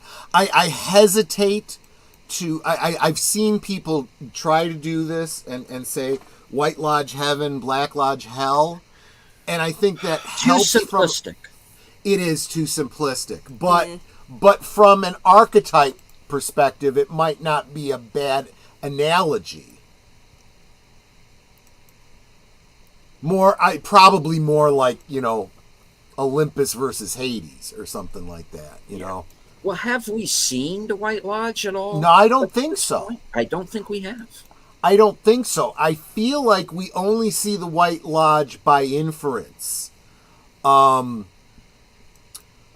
Maybe, for example, that whole angel segment at the end of Fire Walk With Me and looking up into the bright light and whatnot. Maybe. Because there is talk about being able to move between the Black Lodge and the White Lodge, or not being able to. I'm glad you're enjoying it, Curtis. Indeed. I really am. What makes it great is that it's not just, it's not just cotton candy that you put in your mouth and it's gone and it's done, and yes, it tasted great and now you move on. It's like meat that you got to chew on, and we've been chewing on this meat for more than 25 years. But it's a nice meat. Yeah. Nate says, I thought Evil Dale was Bob. No, they are two different entities. But they're the same being, right? Yeah, so Bob cannot exist outside the Black Lodge without a host. That's why he, many years ago, grafted himself onto Leland Palmer. And it seems like, to some degree, I don't think this is a bad analogy. Think of it like a possessing demon, right? They want to corrupt. He's evil. He wants to corrupt something that's pure, and he also has to be allowed to come in. He can't just force you. He's got to corrupt you and get you to allow him in. And he does it to Leland, and he wants to make the leap over to Laura. And Laura refuses him. She's clearly being corrupted by him, but ultimately she fights back. And in a self-sacrificing way. She ends up giving up her life to prevent him from... And then, of course, when Leland, he destroys Leland, he's kind of screwed. He's got to go back. And you see him at the end of season 2 trying to come back into our world, and that's when there's we assume, I'm retroactively assuming there was some sort of planetary alignment that allowed passage between the lodges and the real world. That's when Dale goes in, right? And this was all part of Bob's plan. I don't have somebody on the outside to possess right now, but if we pull Dale in, then his doppelganger can leave and I can go with him. So that's why when you see Dale at the mirror, the evil Dale at the mirror, and he looks in the mirror and you see Bob's reflection, just like when Leland Palmer looked in the mirror and we saw Bob's reflection. That's showing the audience, you know, Bob's in there, so to speak, you know. And Bob's been bopping around with Evil Dale all this time.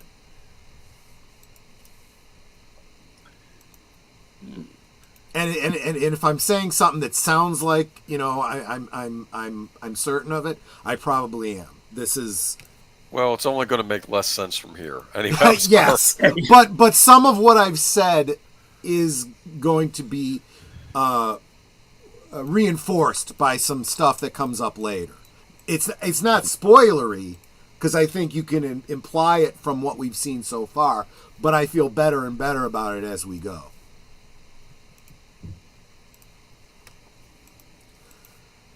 So, yeah, there's a lot to unpack here. Yeah, and now we still have this other murder in South Dakota that doesn't make a lick of sense with all the rest of it.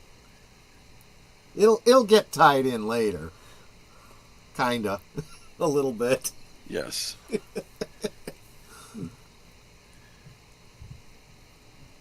But you have let it slip to me that I'm not going to be happy when that second body is identified. Do you know who it is? You probably have all the clues to guess. Because I'm trying to think of who's missing. Oh, that's going back to the question of, well, see, this is where a meta-analysis can work to your advantage. Who do we know that's died that can't be brought back in the guest appearance sense, right? We've already seen, for example, how they bring back Mike Anderson's character. I've already kind of told you that they're not bringing back Leo Johnson. He died. Well, I don't think they even say how he died within the span of the show. We could assume, because I mean, really, he's out in the middle of the woods in that cabin, in that trap that Wyndham Earl left for him. I think we can realistically say he did not survive that. He didn't survive much beyond that. Let's put it that way. Yeah. We get and I think it's from the book. We get details on how he dies, and it's a little bit more than just a tarantula bit him. But yeah, he doesn't live long beyond that. So yeah, that's why his character doesn't come back. Did a pine weasel get him ultimately? Kind of, maybe, from a certain point of view, yeah. That is a distinct possibility, but I don't think the pine weasel is what actually killed him. I'm trying to think. Damn those squirrels. They're shifty. I told you. Yeah. Okay, I'm going to leave it at that. I'll let you continue. The cult of Flappy. Yes, exactly. Yeah, we didn't get a Flappy quote this week. There's no That's point right. because he's not on the He's show. dead. He's not even in the credits anymore, Ned, or I don't know what dead. I We would do love to make have a an small announcement. Yeah. To spoil, I am almost done with the surprise video. Be looking for it in about 45 minutes. Okay. On. let me open up another tab so that I'll be there.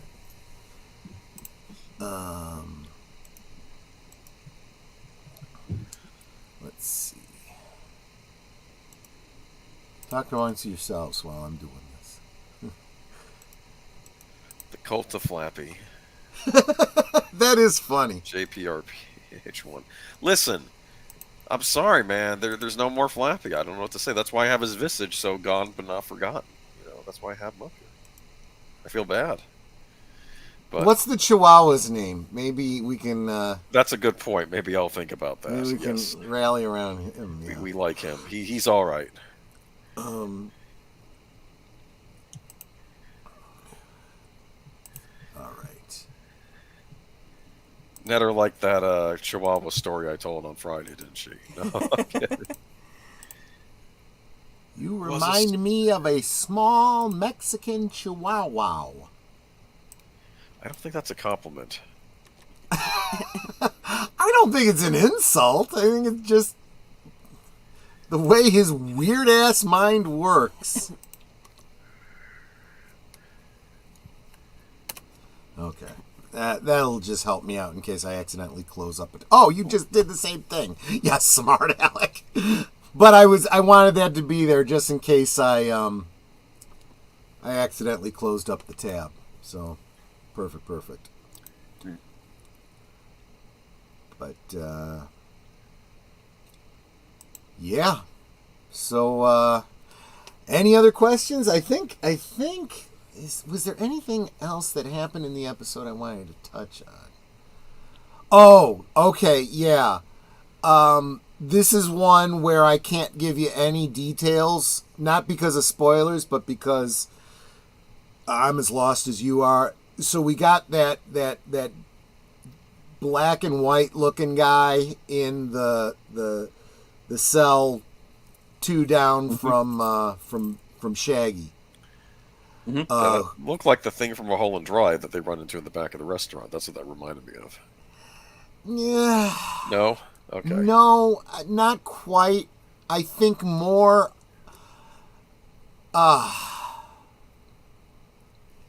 we see a couple of, I presume, lumberjacks in the convenience store scene at the beginning of Fire Walk With Me. I'm not sure that he's supposed to be one of them, but I think they, as a group, are a sort of being that might have been. I'm going to throw out a theory. I'm just pulling this out of my ass, really.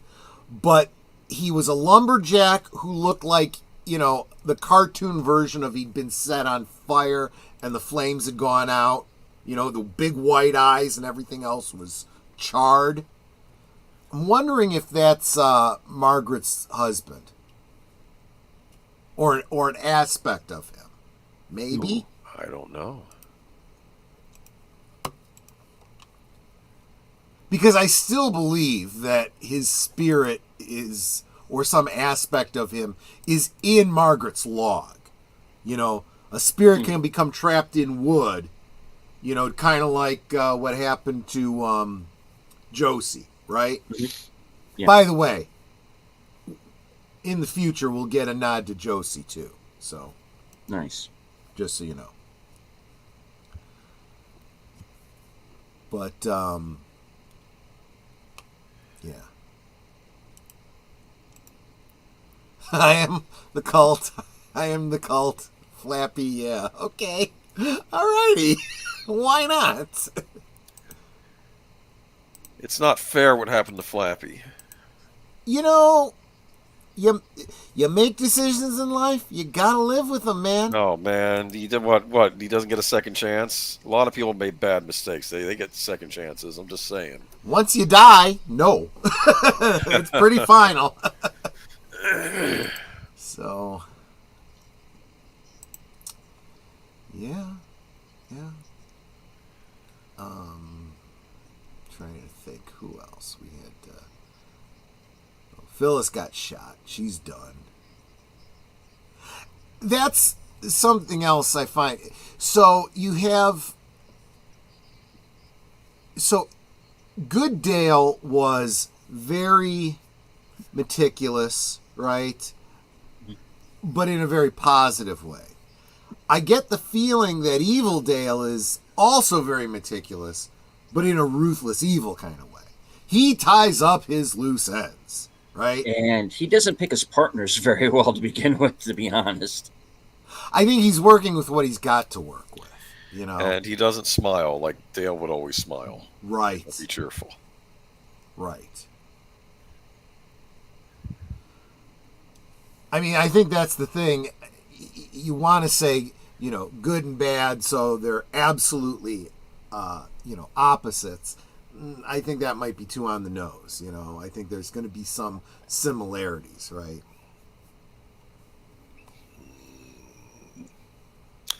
Good seeing Mike again, huh? Yeah. Yeah. Yep. Because that's the thing. He is a denizen of the lodge, but he doesn't seem like he's entirely evil. It does seem like he's trying to help Cooper in some way. Well, keep in mind, I think that the concept of...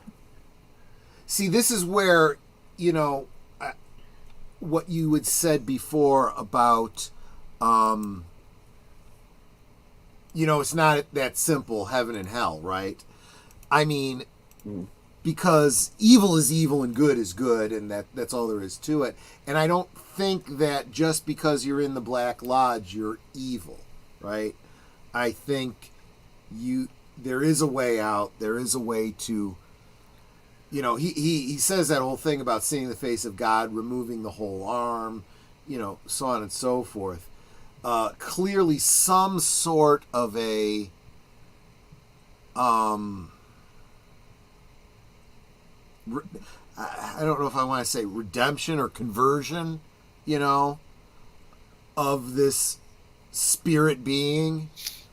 I mean, I think a big part of this, I think especially for Westerners, we do tend to look, you know, from a Judeo-Christian perspective, and I'm forced to look more into Buddhism because there is so much Buddhist mythology tied up in this.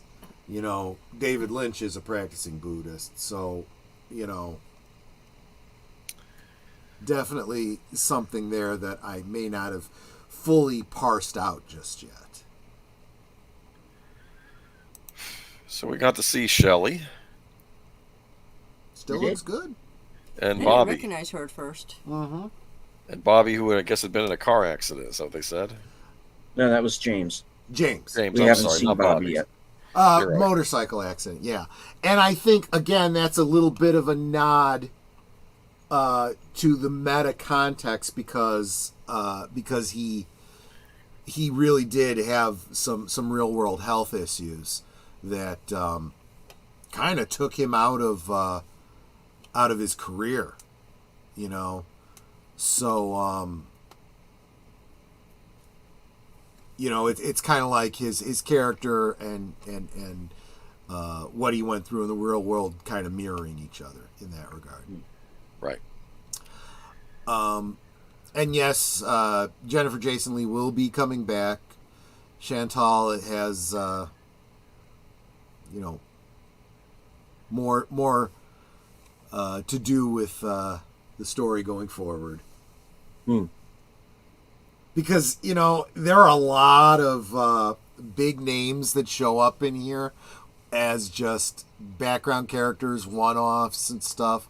We're not even done with all of the guest appearances. You're going to be, oh, so-and-so's in there. Oh, so... And it's not all people that, you know, you just go, oh, yeah, well, David Lynch, you know, they work with David Lynch all the time. Of course, that person's going to be in it. No. There's a lot of people that never worked with David Lynch before that show up.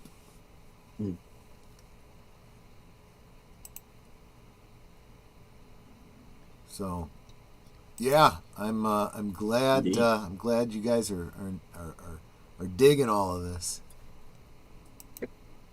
I'm glad that John brought this question up. Is Dale time traveling, or what happened when he ended up in New York? Okay, I was going to hold back on this until a little bit later on. Mm-hmm. I'm going to go into this very surface level, and I'm not going to go any farther than that till a little bit Okay. later on. I think it's very obvious that time travel is involved in Twin Peaks and has been from very early on. Wow, that's pretty perceptive of you. I think it ties into my initial theory from when I saw the show back in the day that, and again, this is just conjecture on my part. I think that there is some cosmic element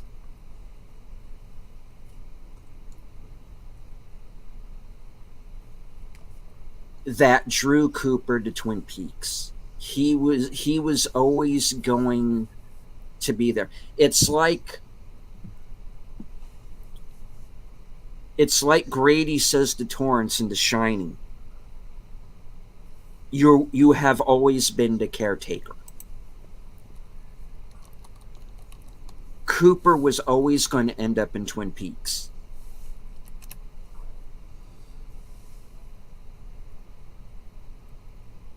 One way or the other. Mm.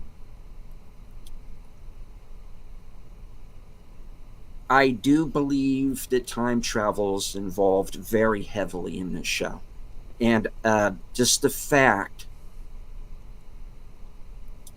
that Laura is having dreams about Annie Blackburn, that's a very big clue.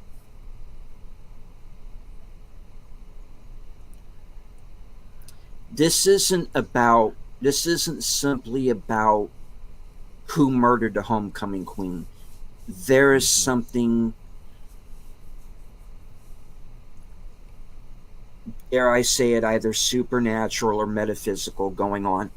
And it has been going on in the town of Twin Peaks from way back. This is where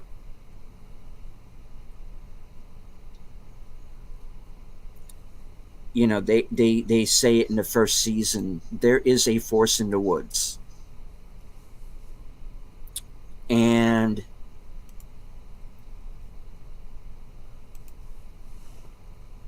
I do believe it's one of the what Lovecraft refers to as what the Elder Ones, or what do they call it? Well, it depends on which beings you're referring to specifically. The great old ones, or Yeah, the Great Old Ones. I yeah. think there is a Great Old One in the woods of Twin Peaks, and that being is manipulating a lot of what's going on. Time travel, John, I believe, is a very big piece of the puzzle. I think it. You know, um, I do think the Annie Blackburn character is a big part of that. Um,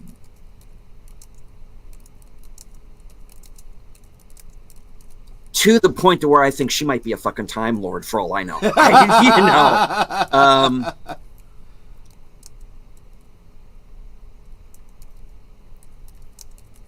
And I don't say that lightly. You know, there are characters who can move within time and space.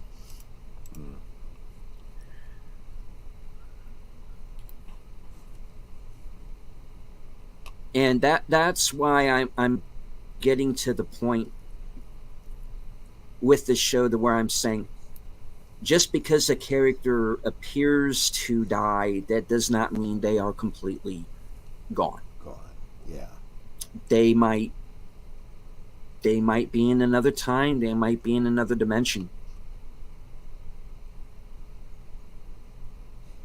And you got to take that into account. Assuming my theory is correct. Because, again, like I said, my theory doesn't explain everything. And as we go along, I'm going to go deeper into it. But what I've just told you is surface level what I've been kind of holding back from the beginning. Because once I saw the missing pieces when we did that first go around, I think it was on Friday Night Last Call, and we showed it originally. That was the first time I had seen the missing pieces. Oh, okay. And a lot of things fell into place. Yeah. And I went, okay, we're dealing with time travel now. Or not necessarily time travel, interdimensional travel. And good night, Curtis. Take care. Okay, good night, Curtis. So something has to be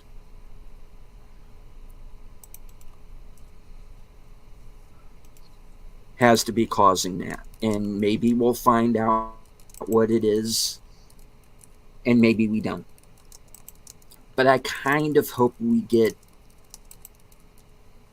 at least some kind of a fragmentary answer, a little something that we can hang on to. But we'll go more into that as we move on. But yeah, that is part of my theory. What happened when he ended up in New York? I don't think we quite know that, and I do have the feeling Queen of Hearts is going to answer a lot of questions for me. Yeah, I think that that Deleted Scenes has kind of gotten a little taste of some things related to that. So he, I think that might have also.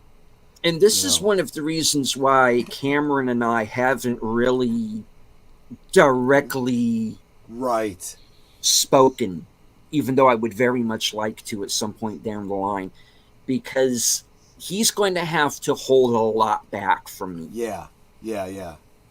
Until I have finished watching season 3. And I'm not going to watch Queen of Hearts until I've seen season 3. Did you want me to comment on John's last comment and your theory? Please do. Okay. So here's what I'm going to say. People assume that time is a strict progression of cause to effect, but actually, from a non-linear, non-subjective viewpoint, it's more of a big ball of wibbly-wobbly, timey-wimey stuff. And they're looking at me like, you were holding on to that this whole time. Sounds like worms. Because I was afraid of worms, Roxanne. I'm going to obviously not say too much, because my instinct is to yay and nay any portion of that. But I do like that you're keying into Lovecraftian elements, and in a broader, more general sort of way, this idea of I kind of wasn't joking when I did that Back to the Future reference. Marty, you gotta think 4-dimensionally, and you clearly are, right? I think it's very clear we see. Because of Philip Gerard and Mike's comment, that bookends the Dale in the waiting room segment. Is this future or is this past? We also get that from Fire Walk with Me, right? We get it from the arm in the original show. Why do we keep hearing that phrase from lodge denizens? Because they don't perceive time the same way we do. No. They are, I'll call them 4-dimensional, but they may be more than 4 dimensions, right? without getting too, too noodle scrambly, which may just be too late because we're on this topic, right? If you guys have seen any of these movies that deal with time travel or wormholes or any of that tries to get outside of Euclidean geometry, you understand the concept of coordinates in space, 3 dimensions. You add another dimension, time. Where is it in time? You could be in the same place, but in a different time. And you can occupy that space throughout a span of time. Or you could be moving and you're going to be in a different place at a different time, right? And how do you understand, how does a 2-dimensional being, okay, 2 dimensions is, a flat plane, right? So they don't see up and down, they only see, straight across, right? And if you, a 3-dimensional being, pick up that piece of paper, all he sees is where your thumb is touching his world, and it looks like a line to him. But if you could pick him up out of his, 2 dimensions, you'd completely blow his mind. This would be, bizarre aspect, right? How does a 2-dimensional being see 3 dimensions? Well, you can kind of see it if you see a projection, a shadow of a 3-dimensional object on the 2-dimensional plane. He can kind of start to, I'm sorry. But I'm going to continue with this because you might be able to get something out of this, right? So how do we perceive 4 dimensions? Kind of the same way.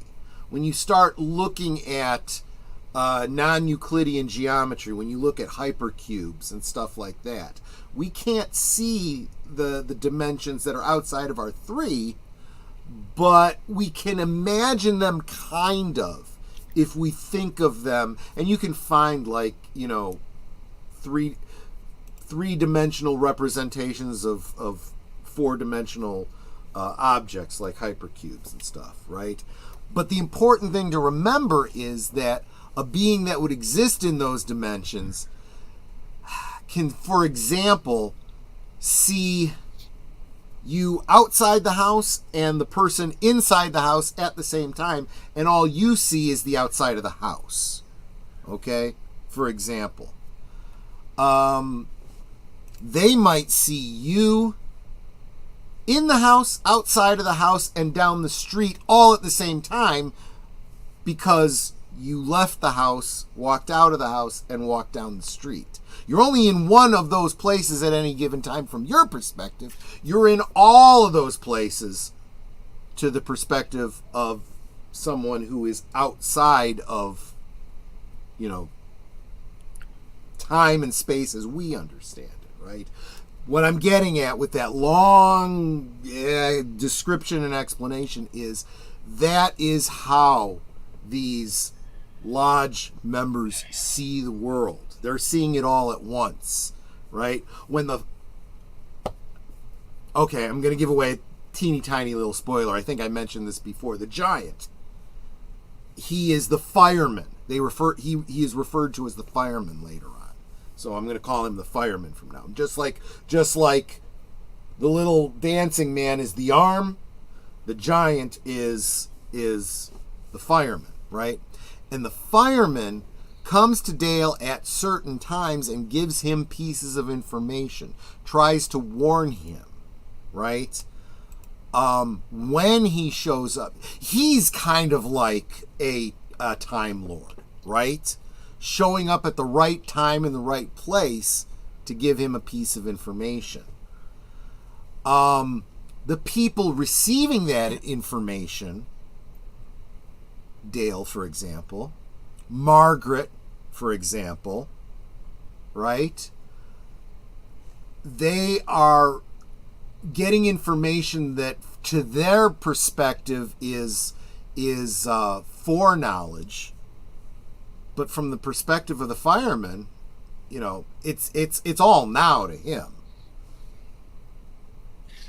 Actually, I think maybe a better analogy would be for those of you that are Star Trek fans. Look at Cisco, Captain Cisco, in the first episode of Deep Space Nine. He encounters the prophets that exist inside the wormhole, right? Mm-hmm. He has to explain to them linear time, how he perceives time. They don't understand initially because they see all of time at once, right? And he uses baseball as an analogy. When I play baseball, I hit the ball, and I don't know for sure where it's going to go. I know where I intend it to go, but I don't know in advance if I'm going to succeed. See, from their point of view, you know, it looks like it's all happening all at once, and not realizing you don't know the results of your actions. You don't know all the downstream ramifications, you know. But what happens to Cisco, you know, in Deep Space Nine as he's having that conversation with them? As they start to understand, they push back a little bit. And they say, but if that's true, and you're continually moving through time, why do you choose to stay here? Pointing out that he, in part of his mind, can't get past the death of his wife. That's not linear. And he realizes it's true. It's not. Part of him isn't linear. Part of him got stuck.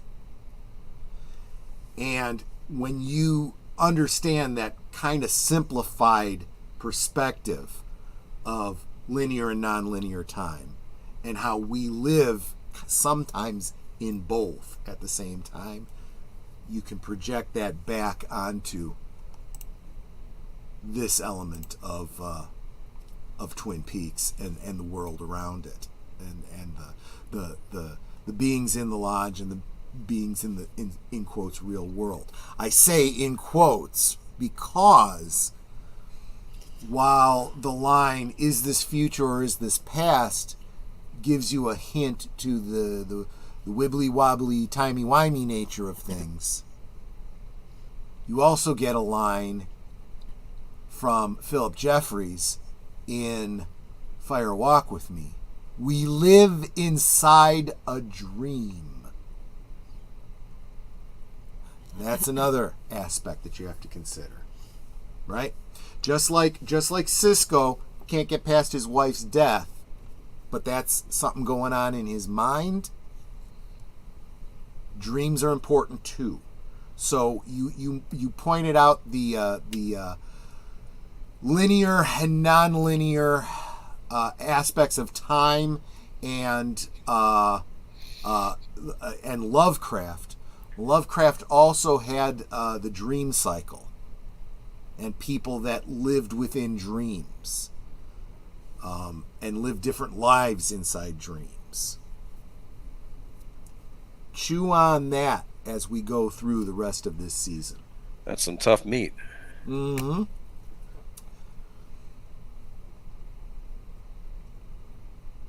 I'm trying to be the fireman and the log lady all at the same time here. I gotcha. Where is everybody? It's like we're in the lodge now. Well, in a way, Oh, you kinda. Well, I think you call it a convenience store. This is a Formica table. Formica table. Mm-hmm. Cool. Deleted scene's back. Oh, yeah, I never left.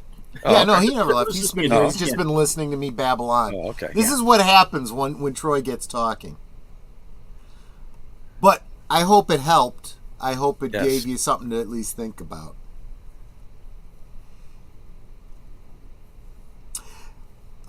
Enigma says that the video is uploading right now. Oh, we don't want to miss that. Oh, Yep. nice. Okay. So I'm sure that when it finishes uploading, this is where you will find it. Mhm. There you go. Oh, I see. Because I put it into StreamYards, it comes up as though you said it. Oh. Because Yeah, because you're see. linked to my YouTube. Yeah, so Gotcha. See, I confused myself because I was talking in your voice. you're in all the chats. You like that, huh? Yeah. We are not gonna talk about Judy. We're not going to talk about Judy at all. We're going to leave her out of it. Well, we're going to eventually be talking about Judy Well, yeah. a lot. Judy, I'm sure. Judy. Yes. Judy. And John was almost on the tip of a spoiler earlier when he said Jowday. Mm. And again, we're talking some lore here that I still have to dig into a bit Right. myself. I'm doing research behind the scenes here, folks. Been doing it actually for since the return was released, but I'm doing a lot more in between these episodes that we watch together too, so I can be as informed as possible. And One anyone thing I who will pays say, attention- Reddit is your friend as well as your enemy. Oh yeah. Anybody who pays attention to my channel knows that I'm very fly by the seat of my pants, and I improv a lot of stuff. But I was gonna say busy, but that too. that too. And, this is one where I think I really am going to have to go back and maybe take some notes. Yeah. That's why Because I know we've there's one episode coming up in particular that's been brought up to me before, and I'll go more into it behind the scenes. But there's one episode in particular coming up that I think is going to be a very big piece of the overall puzzle. just one, huh? Yeah, but it's going to be. I believe it's going to be a very big one. So let's put it this way: there is a particular episode that I know is coming, that I'm looking forward to seeing from beginning to end.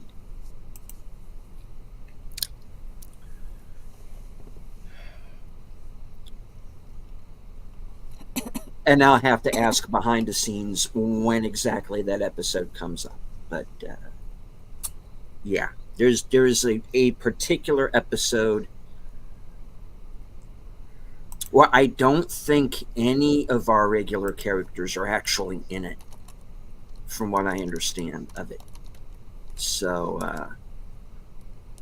we're all right. I don't want to go any further than that. But Yeah. Okay.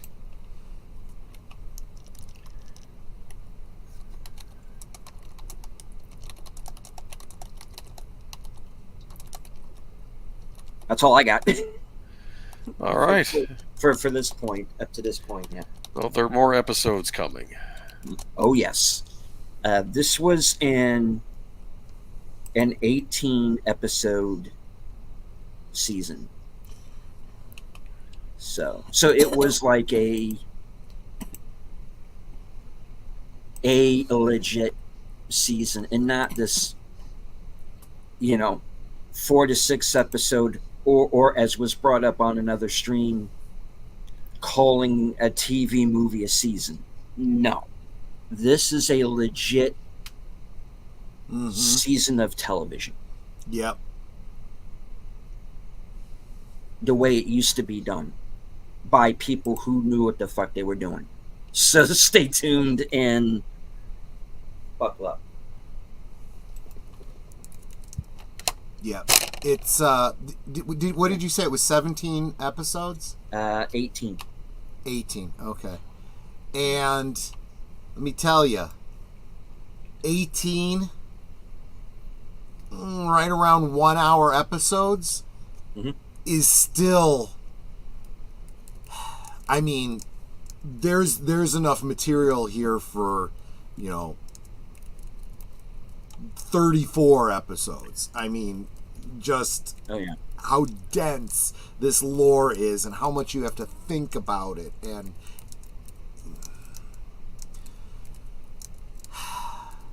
we get, let's just say, just to give you, well, I think you've kind of already seen it a little bit with the firemen, but that was just a corner of it. You get to see more of the lodge than just the waiting room. There's more going on there, and it's visually stunning. And yeah, there's a lot coming that I can't say anymore.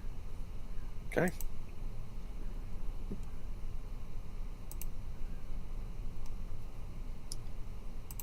Alrighty. All right, let's go one time around the horn. Boomer, what do you have coming up? Oh, sorry. I accidentally. Here we go. Oh, nothing. I'll be on with Troy this Friday. We're going to be doing a stream about cryptids with Big Al Presents, and I believe Beyond the Hub will also be joining us.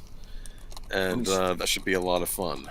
And then on Sunday, after your unscripted show, I'll be doing Geeky Geezers, and where we'll be talking about the latest news that I have not seen anything worth talking about yet, but maybe by the maybe by the end of the week. Yeah. All right, Netter. Well, coming up on Thursday things, on Thursday of course, 9 p.m. Central, 10 p.m. Eastern, my special guest will be Ryan Roger Athay, a rising star in his own right. Let's see, Friday I'll be co-hosting with Troy on Last Call. Saturday I'll be co-hosting on Big L's channel, and I forget what movie he's showing. Do you remember, sweetie? Yes. John Cusack. Better Off Dead? Oh, Better Off Is Dead. that it? Yeah. That sounds right. Let's see. Next Tuesday, back here again, right here on the Deleted Scenes channel, for another episode of Sparkwood 21. Troy. Yep. Yeah. I was typing, so I was only half listening to Boomer. Sorry. So yes, Friday Last Call at 9 Central, 10 Eastern. Big Al Presents will be joining us as we talk about cryptids, and I have an invite out to Nick from Beyond the Hub podcast. He has tentatively said that he would be joining us as well, but if he doesn't, that's we'll go on without him, and we will just have to do a part 2 at some point again in the future. I'm sure there's plenty of cryptids to go around. Don't get me wrong, I am not changing my my format or brand. It's just a topic that we wanted to explore a little bit, but by all means, Beyond the Hub podcast, the Vagrancy Horror, some of those other channels are way more on brand for that. I just wanted to dip my toe into it and talk about it because that's what you do when you sit around the pub with friends and drink. You talk about things you're interested in a little bit, and that's what we're talking about now. And let me get back over to that's all I got coming up, other than the guest appearances that everyone else has mentioned. I am in the background. I am going back to Enigma Severus's. There it is. The bike riders. I will copy the link for you guys here. Oh, nice. Add share. Copy the link, and there's the video from Enigma Severus. for you to go ahead and right click on that and check it out as soon as we're done here. Yes, The bike riders say something. yes, the bike riders. I have seen that movie. It's about the kind of golden age of the motorcycle clubs before everything went all Sons of Anarchy on them. Yeah. It is based on some true incidents. Interesting film. I think one of the best of the year so far. But go over to Enigma's channel after we're done and check out his video and see what his thoughts were. Yep. And of course, as for me, I am going to be joining Jedi Bill this Thursday afternoon at 4:30, and we are going to for Action Theater, and we are going to be watching Boy Kills World, which came out earlier this year. So if you missed it in theaters or haven't seen it streaming yet, join me and Bill this Thursday and check it out. Then, of course, later on that evening, will be right after Thursday Things has concluded, will be my weekend update, and you'll find out what I'm going to be doing during the remainder of the week. I do know that I will be making another appearance on Films with Friends sometime very soon. That date has not been nailed down yet. When it is, I will certainly let you know. And of course, watch out for my community page. And of course, join us right back here, same bat time, same bat channel, for part 3 of season 3.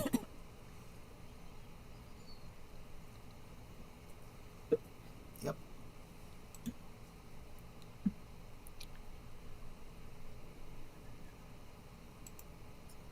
All right.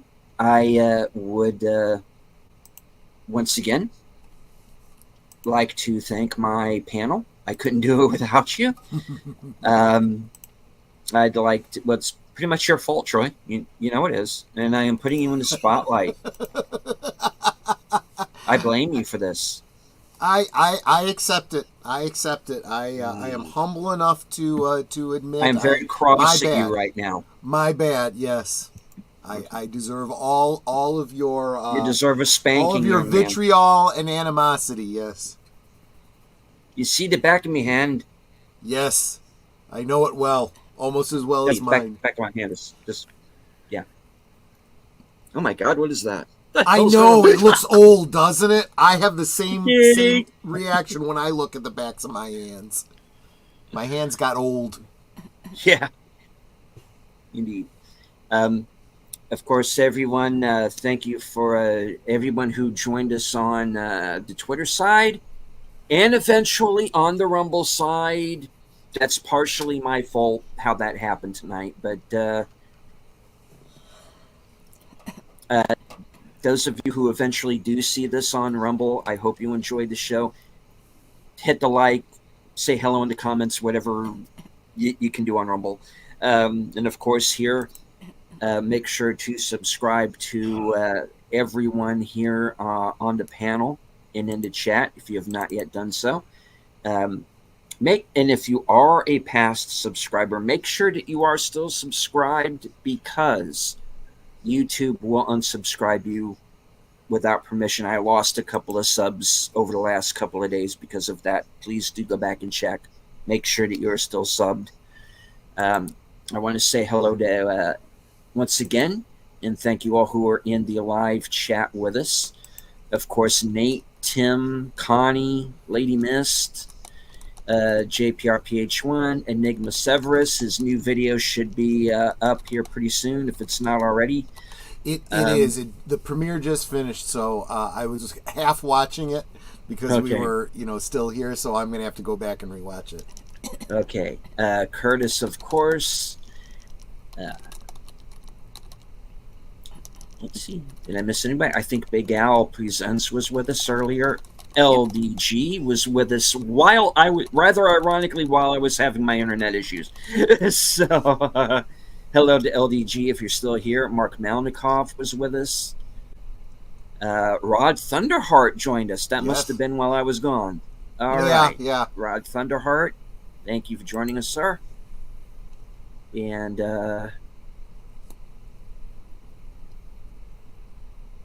let's see, was that everybody? I don't want to miss anybody. Okay, I think that was everybody. All right, if I missed you, apologies. And of course, thank you to anyone who might watch this broadcast later on. Of course, understand you will need your own copy, or Twin Peaks: The Return is on Paramount Plus at present. I almost said at Pleasant. Too many L's and P's together. I can't do it. This show is available on Paramount Plus if you have access to that.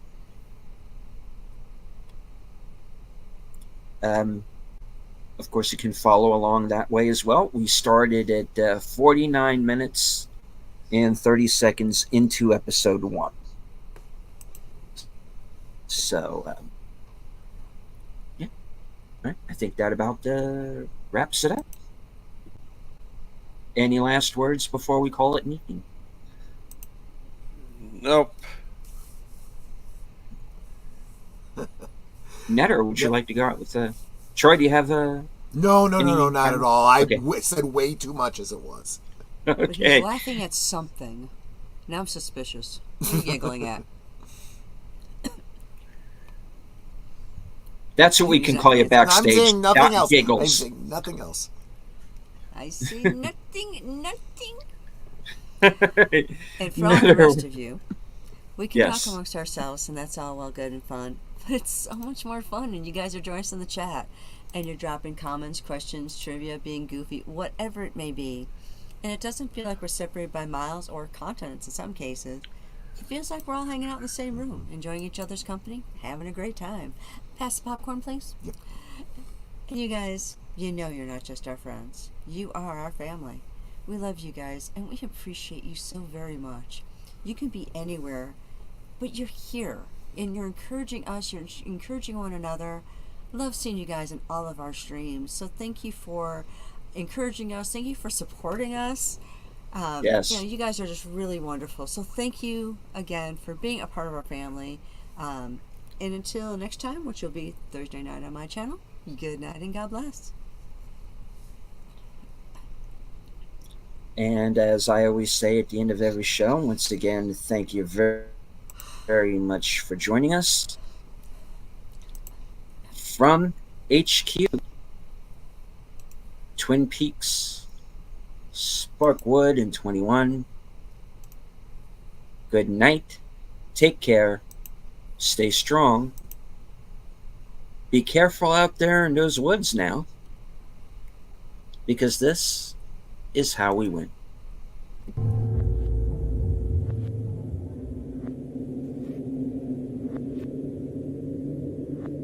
Is it future? Or is it past? Hallo, hier ist Klofeld.